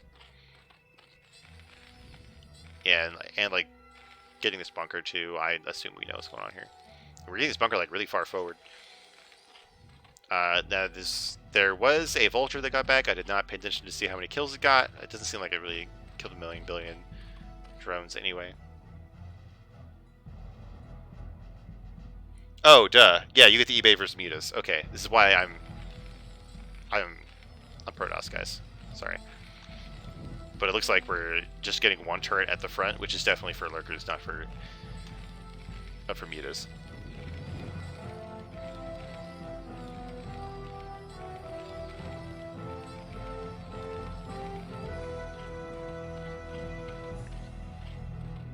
Oh yeah, and there's spider mines, so actually you still get detection as mech. So really, I clearly don't know what I'm talking about. I mean, I know I have heard somebody say that Lurkers can cheese mech. Maybe it was like Artosis, and he doesn't know what he's talking about. I don't know, but I have heard that. It certainly does not seem like it's going to work out this game. Especially with just 2 Lurkers, it seems like they're just trying to run in here, but there's already a turret here at the bunker, and there's also a turret at the natural mineral line, so do not think these are going to get much done. The tank cannot. Wait, are you serious? Wow, I thought the detection range of turrets was like way more than their shooting range. Seems like it's not the case. Terran is truly the hardest race I don't really think that Terran needs this bunker. Like, we're not going to see a bunch of Lings, I think. It's not like we're relying on the bunker to keep Marines alive when we have these mech units here. Yeah, these lurkers are you going to take it down? Well, maybe not. Oh, there's no turret in the main. Oh, are you serious? So we do have a lurker here. There's no detection. Siege mode, it is not done, but like, if it was, maybe we could see some sick micro here. It looks like this lurker is going to go up to 8 kills. I think like 3 of those were Marines, but certainly shutting down the main. And there is quick hive, as Keiku's has pointed out in the chat. This SCV trying his best to build this turret. Oh, the lurker changes target to the other SCV building a turret. There we go. The turret finishes, and the heroic lurker does go down, but it's definitely messed up Uran's plan here. Screwed up the mining, killed a few units. Pretty big value for 2 lurkers. Ooh, we have a sneaky third base here. Not even at like the natural of another base, at the third base. Not where I would check first if I was in Uran's position. Oh, we're getting really fast ultras. So okay, I mean, I guess we're about to find out. I always thought that ultras weren't that good versus mech because siege tanks do so much damage that they basically ignore the armor. But like, on the other hand, like, Lings are just gonna die to splash. Like, Hydra's gonna die to splash. Is it just mass buta? Is that what you do with it? I guess like Dark Swarm is still pretty good versus mech, but it wants not the splash from tanks. So somebody who knows this matchup is going to Ultralisks like a good response to mech. Ultras can drag 7 to 8 mines into tanks. Oh my god, I did not think about that. Okay, they're like massive zealots. Nice, that makes a lot of sense. Yeah, I guess like you have like you have Hydras and Ultras, and that's basically like Goons and Zealots. So you're basically playing PvT, except your Zealots have like 400 health. And they're immune to vultures, which is pretty big. So we have this SCV scouting the map for hidden bases, but it might not even make it here. It's possible that Uran is just checking the bottom left corner.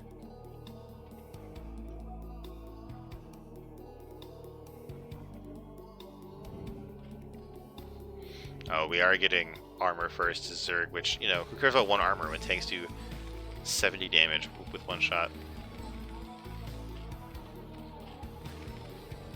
Of course, it's gonna be big versus like the Goliath attack, I guess, but I'm really more about tanks.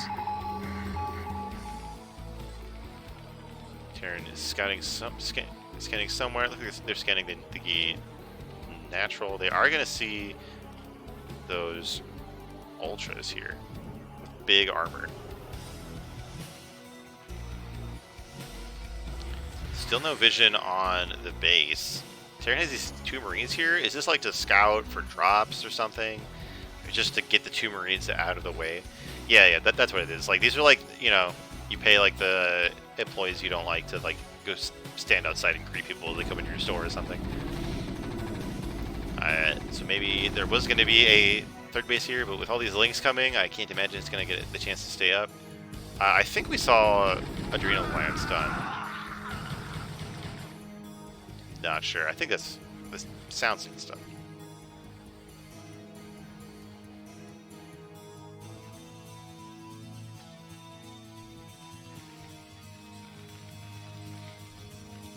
Yeah, so I see Theseus pointing out in chat that like maybe Terran could stop making a Goliath now. Here we go. So we do have vultures coming out and tanks, which I think is gonna be better against ultras. Look out for mine drags with the ultras, but if the mines actually hit the ultras, it's a good way to punch through all that HP. So we'll see here. It looks like Crespi is trying to move in here. The mines do not get dragged, but the ultras and the 2 more lurkers do get on top of the tanks here, so it's splash damage going down on both sides, and these ultras are actually muscling through these tanks in the front line. Oh god, there's mines all over here. Holy shit. Well, those mines definitely backfired for a U-round there. Crespi is still in here. Oh, well, with just 2 ultras. As these tanks clean them up. Maybe maybe the ultras will kill everything, I don't know. But the real story is this lurker with 16 kills sitting in the natural mineral line.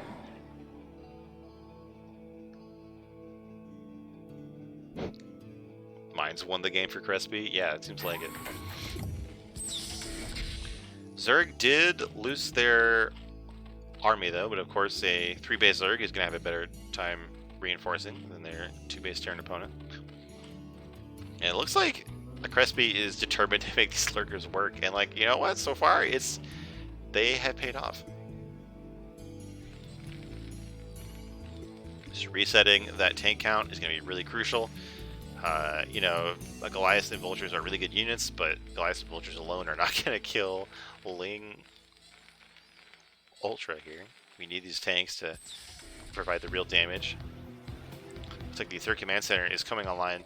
Terran is going to try to secure this 3rd base, but like, even if they grab this territory, it's going to spread their very small defense very thin here. It looks like maybe Terran found this base, given that there's vultures here, or they're definitely about to find it. Looks like it make things a bit more complicated for the Zerg. Did those vultures kill a bunch of drones while I wasn't paying attention? I can't tell. Maybe there were more drones here and they died. I'm not sure. I thought this base was mining earlier.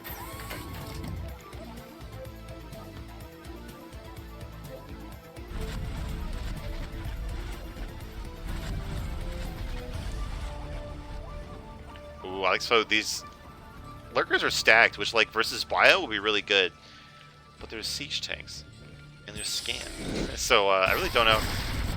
Looks like they're going to deal some damage to these vultures. The tanks are actually not in range even with the scan. This is really annoying, but like that would be like a game-ending move versus bio if they all walked into 3-stack lurkers. But tanks are kind of going to laugh at that, I think. Still no melee attack upgrades from Zerg. I feel like that has to be a mistake. Especially like, so like these tanks have 2 armor, so Lings are going to be dealing 3 damage to them. Of course, they're dealing it, you know, like 10 times a second, but still effective.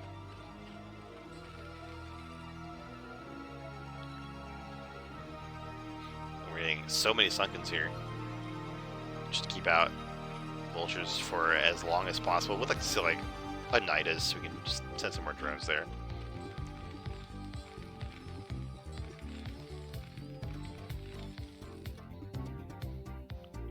Both players deciding to sit back and build up our armies for a while, but now Crespi is going to try to doom drop a U-round, I think. Have to scramble to find some more overlords here, I think. Looks like U-round is scanning. Oh, those, yeah, these lurkers. And they all just pop immediately. Nice. So we have 4 overlords full of units here, or no, 3 full of units, but they get scouted out. I don't know if Crespi should be committing to this, at least not with like a flanking for units to come in. And like the fat Ultra can't even drop out of the Overlord. So I feel like this was definitely a mistake from Zerg. You know, like you have to have like some kind of flank going on, or like actually have the element of surprise. So this is what U-round is going to need for this game. And actually now they're looking at supply, that they're like 50 supply ahead with 13 workers. Like that's like 20 army supply, and those are big units. They're not like 20 Marines, right? These are like 10 tanks, which is much bigger. Versus like this giant ball of Ultralisks here.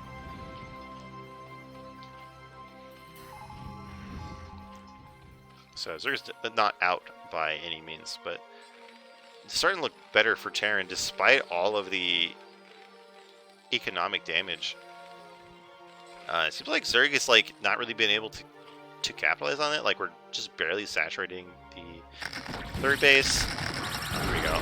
Lions getting big damage on this Zerg army. No dragging being done here for once. Yeah, for once these mines are damaging Zerg more than they damage Terran.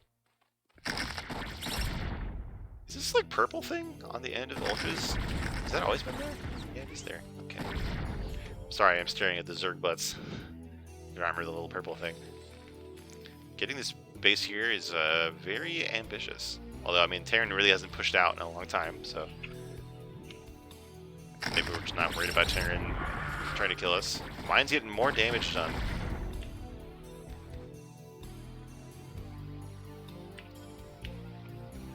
You're right, this is a ton of mines here. If the Zerg does try to cross the map, they're going to walk into so much pain. Oh, that's what's going on here. We have 2 Hydras and an Overlord declare mines. Okay. By 2 Hydras, I mean like 8. And they're still going to walk into mines anyway, just like my Dragoons. You want to have observers.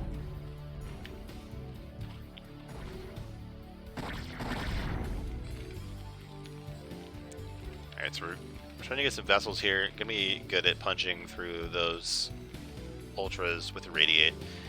If Zerg ever does decide to get defilers, Terran having this much of a lead on the vessel is gonna be pretty brutal.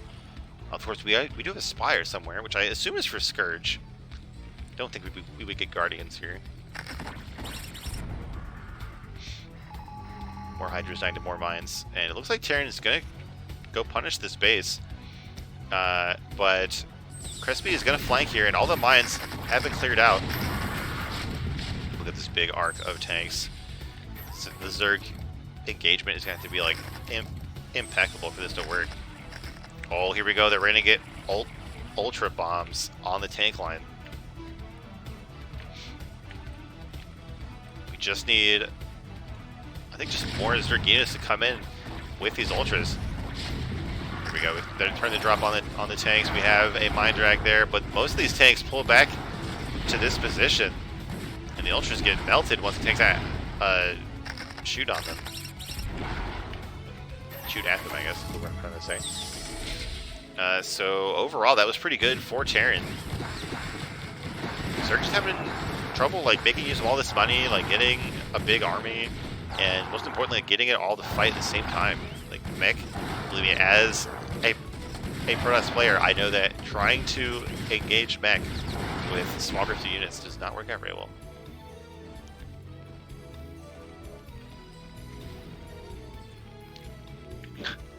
I see a Kekus has converted to the ways of mech. And like I have seen it said very often that like new players in this matchup should go mech, because like even if there are very real reasons that players choose to go bio versus Zerg, like mech is still good, and it's definitely way easier than bio. So we see these ultras being dropped at the third base of Terran, and they're actually doing some damage here. Like they killed a few tanks and SCVs, but Crespi needs more than this to get back in the game. Which could be this giant flock of mutas that I missed on the production tab. Now the thing here is that when you switch to the mutas like this, like the Goliaths already have a +2/+2. There's already science vessels. The Goliath got irradiated. I've never seen that before. Dude, this is like a nuclear Goliath here with the D-Matrix and Irradiate. The ultimate muta killer. So these mutas, like, they're doing very, very little damage, because that 2 armor hits 3 times. I think we're seeing like 8 damage or something when you account for the balances with the Goliaths, and they're doing tons of damage here. We have Irradiate. This kind of switch is like maybe the kind of thing that Zerg needed, but Terran was so ready for it. Although now these irradiated mutas are killing SCVs. See how much Terran likes being erased.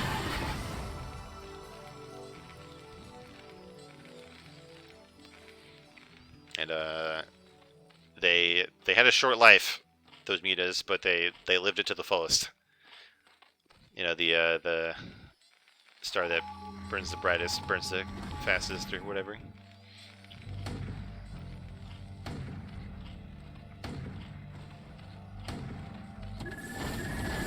Now Terran has had enough. Their patience has run out. They're headed straight for the Zerg Natural and the main with it. We have 3 mutas trying to pop out of these eggs. I don't think it's going to be enough. We have a few lings. Science Vessel's not getting off any spells here. D-Matrix on something, I'm not sure what. Oh, no, right, no, it's just they radiate on the mutas, but they die anyway. So many Goliaths with these upgrades, even with the 3 attack. These lings getting melted as they run in one by one. And U-Round wins game number 1.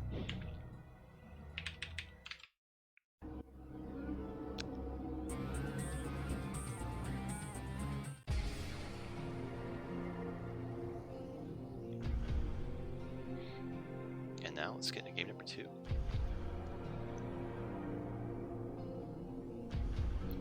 I do want to. We saw one other series being hosted in top versus bottom, and I didn't mention this, but thank you for doing that. It makes it much easier for the caster in case there's any problems with the colors. So thank you for doing that, U-Round and Crespi, and whoever it was before that did it. I think it was on previous series. But anyway, in the game here, we have the Red Terran U-Round, victorious in the last game, managing to survive through all of the shenanigans from Crespi. And in the bottom right, the shenaniganer himself, Crespi, the Teal Zerg. Now, the last game we saw on this map in TVZ, we saw a BBS versus an Overpull with gas. I can't imagine that's what we're going to see again. I'd be very surprised if these players decide to go for those builds.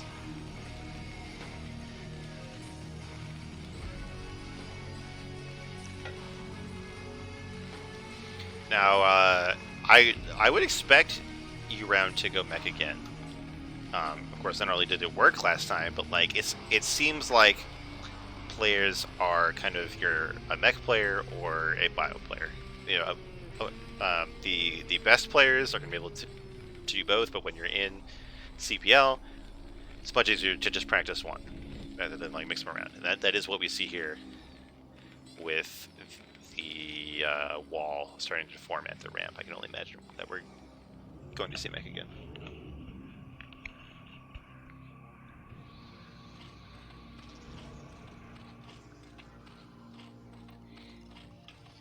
But Crespi. So Crespi's play could be a lot different. Of course, they could just go with Lurker Skin, right? But I feel like that relies heavily on surprise, and like even though Crespi was able to deal damage with it despite being scouted, I don't think you would go for that in the second game. So this barracks, is the depot gonna be here? Is that how this works? I would have really expected like the barracks here and depot here, you know, something like that, right? Like barracks here, depot here. I don't know. I don't know. Oh, are you? Is it actually Overpull gas again? I guess this looks like gas before pool, I think. Wow, I was not paying attention. So it's actually not a standard build. Is this something about this map? Is that what you do on this map? I don't know. Oh my god, the SCV kills a drone. Oh no, the eBay block. Oh, this is savage. Absolutely brutal. Of course, there's going to be 6 links here, like, very shortly. But that's still really obnoxious. This fucking destroyed me in StarCraft 2. I would get eBay blocked so often. It's not really as often of a thing in Brood War, but it's just savage. And Terran cancels it. They pay like 25 minerals or something. Of course, Zerg ended up just getting their second hatchery at the 3rd base. If this was versus Protoss, I would be fine with this because we would just be getting the unnatural. You'll be getting the 3rd hatchery at the natural, and after a few minutes, it basically looks like a normal game. In this matchup, this feels really rough for Zerg. Like, of course, the gas is really important, and this base does not have a gas. But now, like, we're gonna need double the sunks, right? Like, we're gonna need a sunk here And it's sunk here to keep vultures from killing our drones, and that's already more. And like, when Terran is aggressive on the map, it's going to be so much harder to defend these two separated bases. So I'm wondering, is Crespi just going to walk into that, or is Crespi going to have something planned to deal with it? But we're not seeing the Goliath build. We're seeing a starport. So this is 1-1-1. My wish has been answered. I get to cross yet another thing off of my CPL casting bingo card.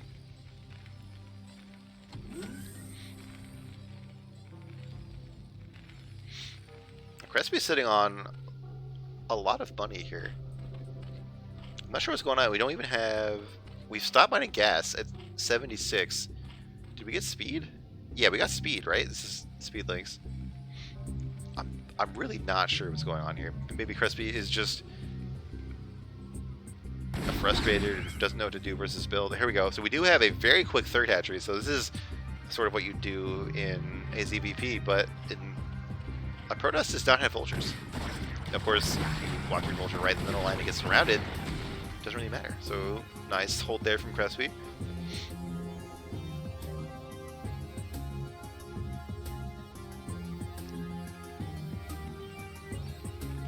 Alright, we're getting this Wraith.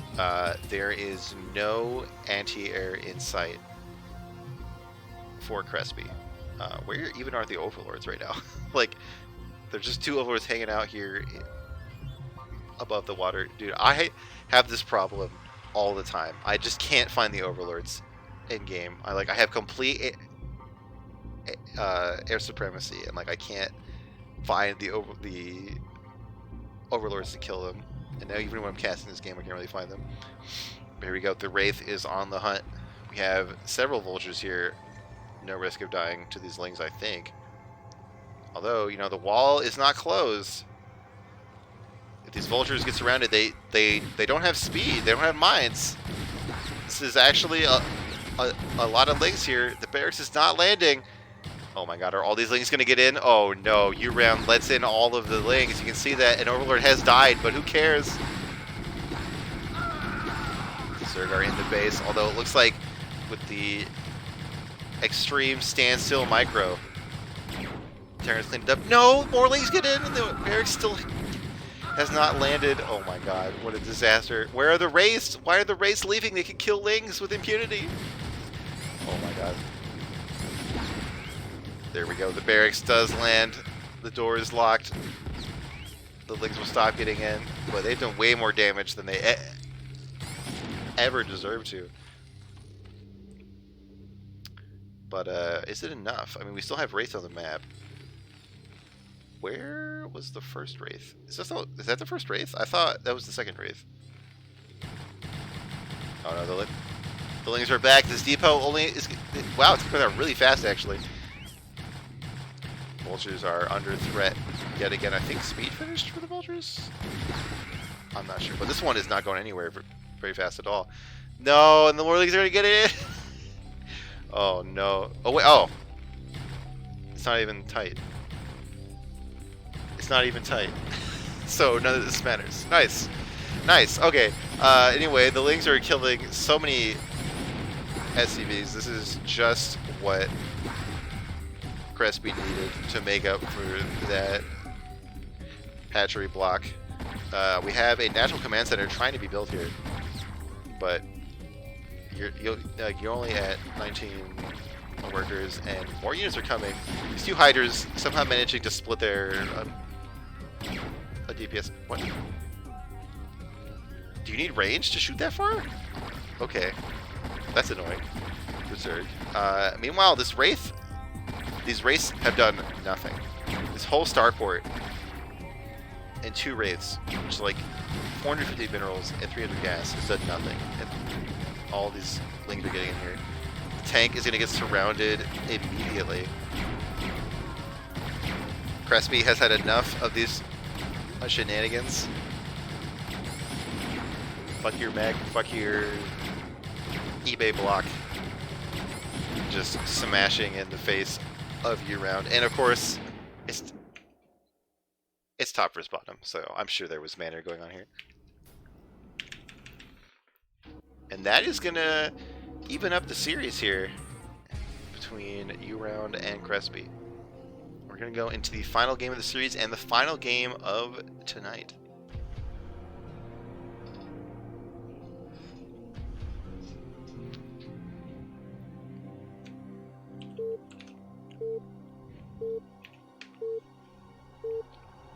Going back to Polypoid.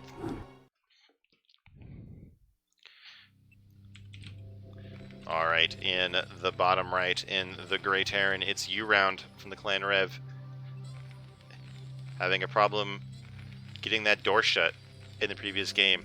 And in the bottom left, in the Pig Zerg from PRG, it's Crespi, who smashed in the face of his opponent in the previous game.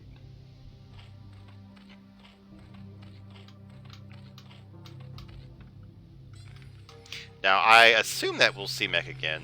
That wasn't really like a build order loss, right? It was the wall being open.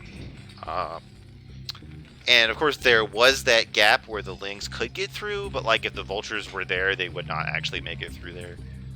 Yeah, here we go. Well, okay, the SCV is trying to build the depot. Here we go. It does get started. We are walling off again, which I can only assume is going to lead to Mech again. Maybe not 1-1-1.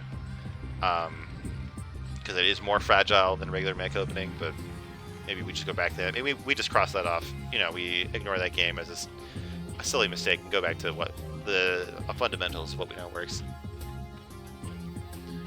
I see a BG Nikon in the chat with bets on 2-port Wraith. I would love to see 2-port Wraith. I love goofy Wraith builds. Aleda is like one of my favorite players just because I just love that he shows Wraiths every time. Like, even though Wraiths are terrible, like, I just love that you can just do one unit every game and achieve, you know, some success with it. Now, what opening are we going to see from Crespi? Last time we saw something with a early pull. But no, we're seeing a very standard hatchery first here. And the SCV from U-Round, I swear it was going this way, but it has turned around. Maybe he's trying to see the Overlord? I don't know. But that's going to result in U-Round getting the last scout, which probably won't matter too much, given the builds. But after what I saw last game, as in the Terran position, I would be a bit concerned if I didn't get a quick scout on.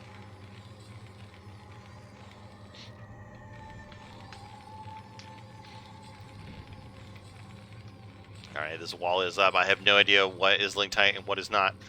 So who knows? Ooh, we have a drone scout. It's a little unnormal, isn't it? Unnormal. Especially since it's going to where the Overlord is anyway. I wonder, is this like a mind game to hide the Overlord? It's like, it's not getting in, right? Yeah.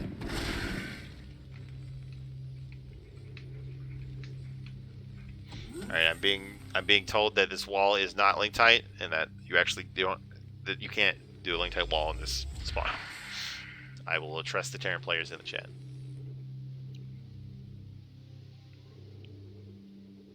So we're getting another drone on the map. Is this to get a hidden third base, or is this just a miss rally? I don't know.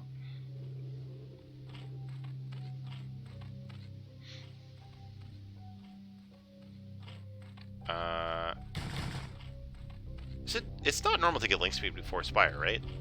Or before Lair. So I wonder if this is a reaction to something. Probably the Vultures, I don't know. Looks like it will not be 2-port Wraith because there's no more gas being mined. So it's going to be the more normal mech opening. We're going to see a few Vultures. They're going to go out and try to harass, and then we're going to expand and get to the big Goliath push. By the way, after last game, I would think long and hard before opening this door again, right? But U-Round is just going to expand straight in the natural, not afraid of anything. Pushing out with the first Vulture. Ooh, he's going to run into these Lings. You really want to avoid taking this damage on this Vulture. Because now that it only has 48 HP, like, there's no way that it can afford to run by his son. But if it's at full HP, maybe you run to the back of the mineral line. Well, Caster Curse, baby. Oh, they're creep calling. I thought it was a sonic being done. So actually now, yeah, now this vulture's going to do a lot of damage here. 2 of those are lings, but 2 of those are drones, so immediately this vulture has paid for itself. All this mining time. We have vulture number 2 here that I didn't even notice. But we have a really, really a fast third base for Zuri, and it's in a hidden location. I don't know if like year-round is ever going to check there.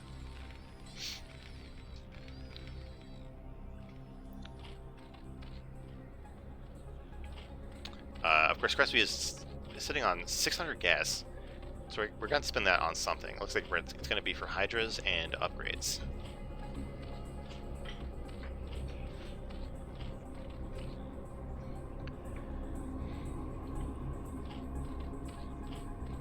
Not even Lair, so no Lurker Rush this time, because it'll be just Hydras, which can be good on versus mech. But once the Terran players start making lots of tanks, you're gonna have a bad time.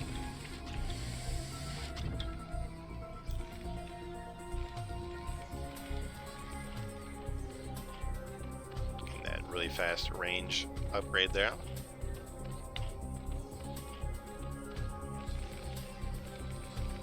Terran getting scans ready, just worried about any lurker builds like the first game.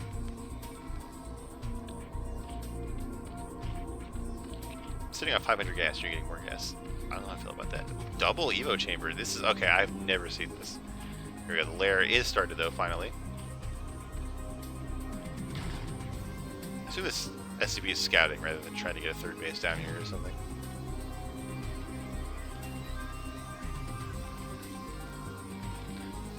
We're getting tanks really early. So did Terran scout the Hydra Den or like the lack of layers somehow? I feel like in the normal Goliath build, or any kind of mech opening, you could be getting a Goliath, like, panicking about mutas coming. And we are getting some turrets, but these really seem more like lurker turrets to me. So, I'm wondering if a year-round scouted this Hydra build at some point.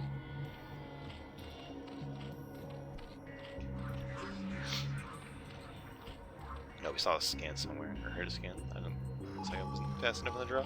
Well, here we go. You've seen the Hydras down, because you scanned right on top of the den. We can do a 4th base.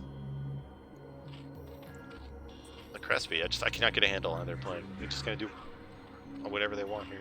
It's wild.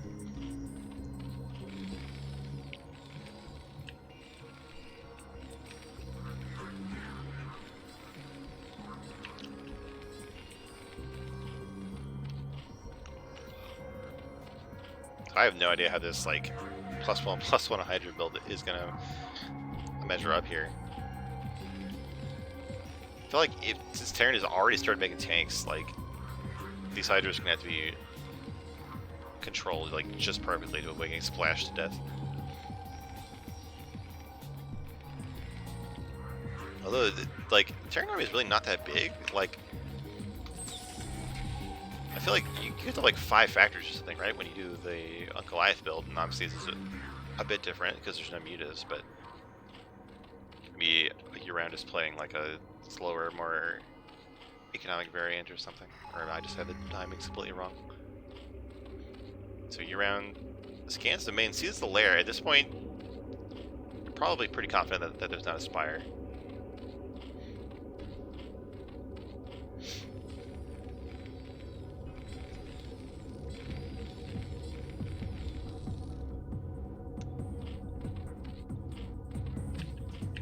Ooh, we have a Queen's Nest hiding in the natural. I assume we're gonna go to Hive Tech really quickly. We have not seen Lurker being researched, which I think, even though it did lots of damage in Game 1, is the sensible thing.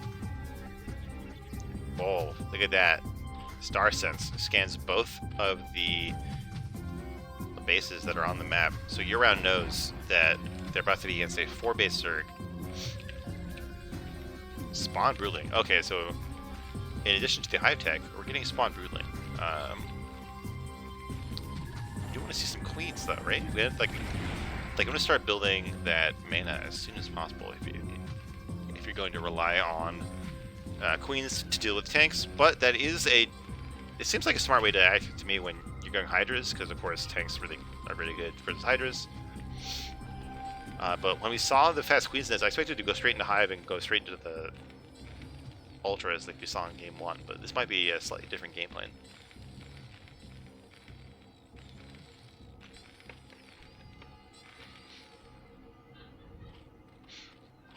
I think someone in my house is baking pie, and it's very distracting because it smells really good. I'm very excited. Here we go. We're going to 5 factories and a 3rd command center, which I feel like is really unusual for Meg to get to behave like this in this matchup. This looks a lot more like a TVP, like just chill and macro up and get your upgrades and gradually get your bases and build up that death ball. Like Mech always seems more like a timing build in this matchup. I mean, of course, as we saw in the first game, like it has some staying power in the matchup, and there used to be that build where Bio transitioned into Mech, so of course it's good in the late game. But like, I didn't really see it as a death ball build, if that makes sense. But it seems more like what it seems how U-Round has chosen to play it. And like, it's weird that he's being less aggressive in a game where Zerg has 4 bases.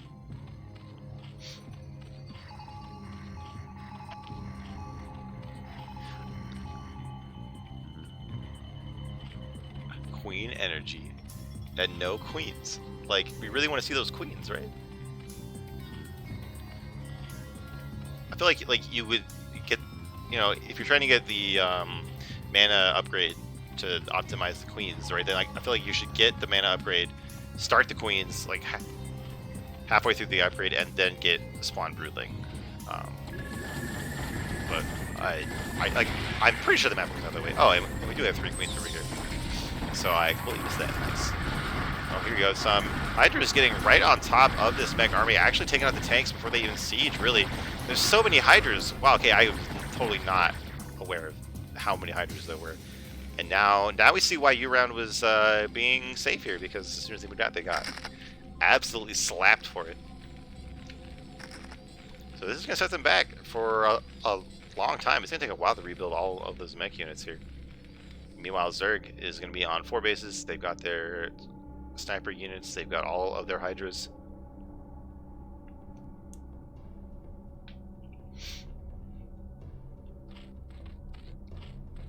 And the Defilers are coming out. So this is really cool, because like this is like a completely different response to mech from Crespi that we saw in the first game. And this one seems to be working very, very well. Look at that, just clearing out lines with ease. Keeping the Terran cowering behind their wall.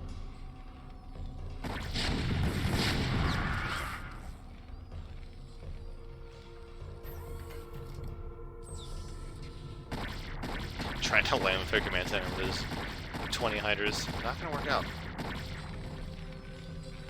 Alright, so U-Round is going to go and try to fight. Try to clear out this 3rd base. The command center definitely wants to keep moving. Are we going to see an infested command center? Like, there's queens. There's queens on the map. Come on, just infest it. Don't kill it. Please. Please, come on.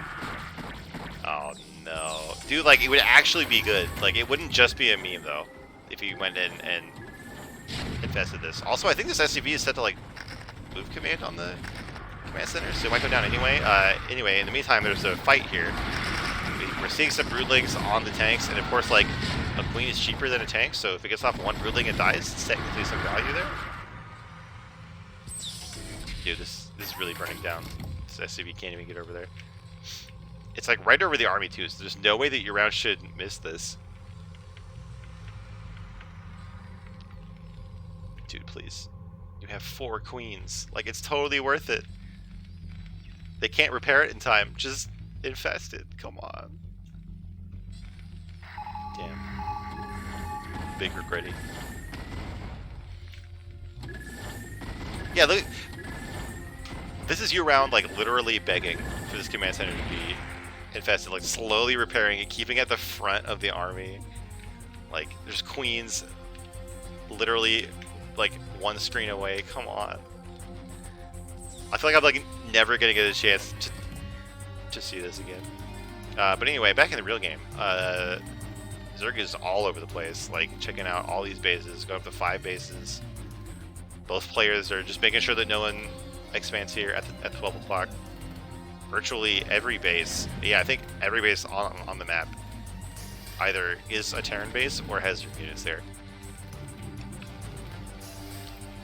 Now this command center is safe from infestation for now. Still not comfortable enough to actually land there. Getting plague in the production and transport, so we might see some big drops here. Now this command center is in the danger zone. It could still get infested. There's still a chance. But now the year-round is much more set up here with a very deep tank line. Oh, but no defense from these queens. And actually there is a big flank here. 2 large groups of Hydras coming in, but these are so clumped. The tanks target fire and they can clean out these Hydras, but the tanks are split. They don't really know what to target. We have more queens coming in. Not enough energy. Just a few with spawn building energy in the back. But you know, it doesn't take energy. Infestation. Come on. Crispy. Yes! No, is it gonna die anyway? No, we did it, boys. We got it. I was gonna sneeze and it kept me from sneezing. Holy shit. The ultimate bingo. Anyway, it looks like the rest of the Hydras died. But who cares? There's an infested command center. Is that supposed to be a heart? Is that what this is? I don't know. So yeah, that's pretty sick. I hope we even got drops for the Overlord. I hope we see infested Terran bombs. It'd be amazing. These queens are just hanging out. Spawning broodlings.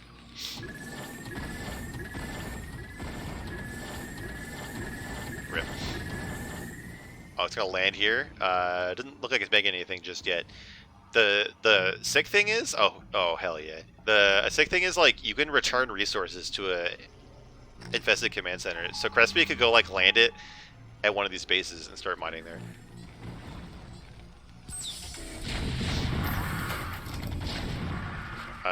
But actually, though, now I look at it, the supplies are about equal. And I mean, actually, okay, how does the math work out on that? Because, like, Terran wants to be ahead when they're going bio.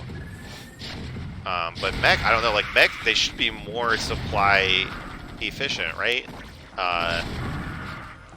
But especially when they have been on 2 bases for a long time, like, the Zerg should be ahead in supply in this scenario. I guess they would be if they spent all this money. Now Terran is basically going to be reduced back to 1 mining base very quickly because the main is mined out and there's very few minerals here in this base in the natural.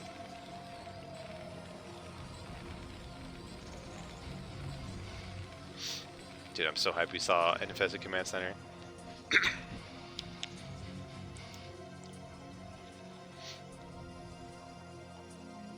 And I think these 2 overlords are here to drop these spooky boys on the Terran army. Now, one thing that's sad, in StarCraft 2, when you kill a baneling with damage, it still explodes and does the damage. I'm pretty sure that doesn't happen with an infested Terran. I'm pretty sure it only does the damage if it gets the chance to attack. Oh, here we go, though. Here they come. Who even needs a drop? They're just going to walk in there.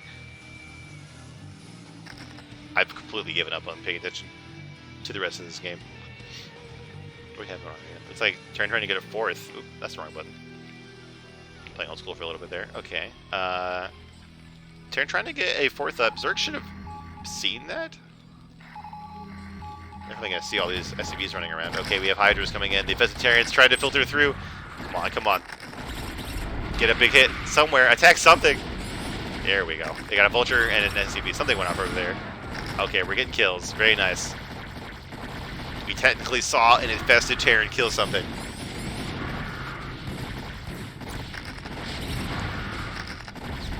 Now, this third base is done. We have Defilers coming in. They get, oh my god, another big mine hit. Defilers get taken out before they do anything, but that's okay, because you reserve, just throw infinity units here, and year-round taps out. We did it. We actually saw an infested command center. Sick. Alright, so Crespi wins the series and our hearts. And that is going to bring the score to 2-3. So as close as it can be in a 5-series match here. Of course, there's also the other tiers going on. So make sure to tune in whenever those are casted.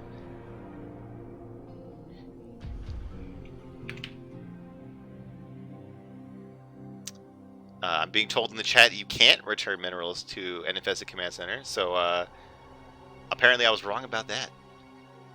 Oh, you're right. Yeah, I had it wrong. A Crespi is on Flying SCVs, so it's actually 1-4, and that means Flying SCVs is doing pretty good. Well, that is my cast for tonight. Thank you for tuning in, everybody. I think we saw some pretty cool games, and not just because there was an infested command center, but that definitely was the highlight of the night, if you ask me. I'm gonna find somebody to host. I guess I'll host Terror. Thanks for watching, everybody. I appreciate it. And as usual, I will say my little spiel. I do this every Thursday. I also sometimes do the match of the week. I'm going to do the match of the week on Tuesday. I do some other streams of some other games too. So if you find me tolerable, make sure to tune in for that. But we're going to raid Terror and then close out for tonight. That did not work. Hold on.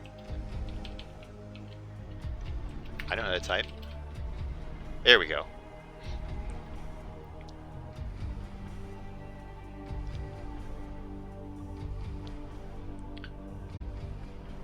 Goodbye, everybody.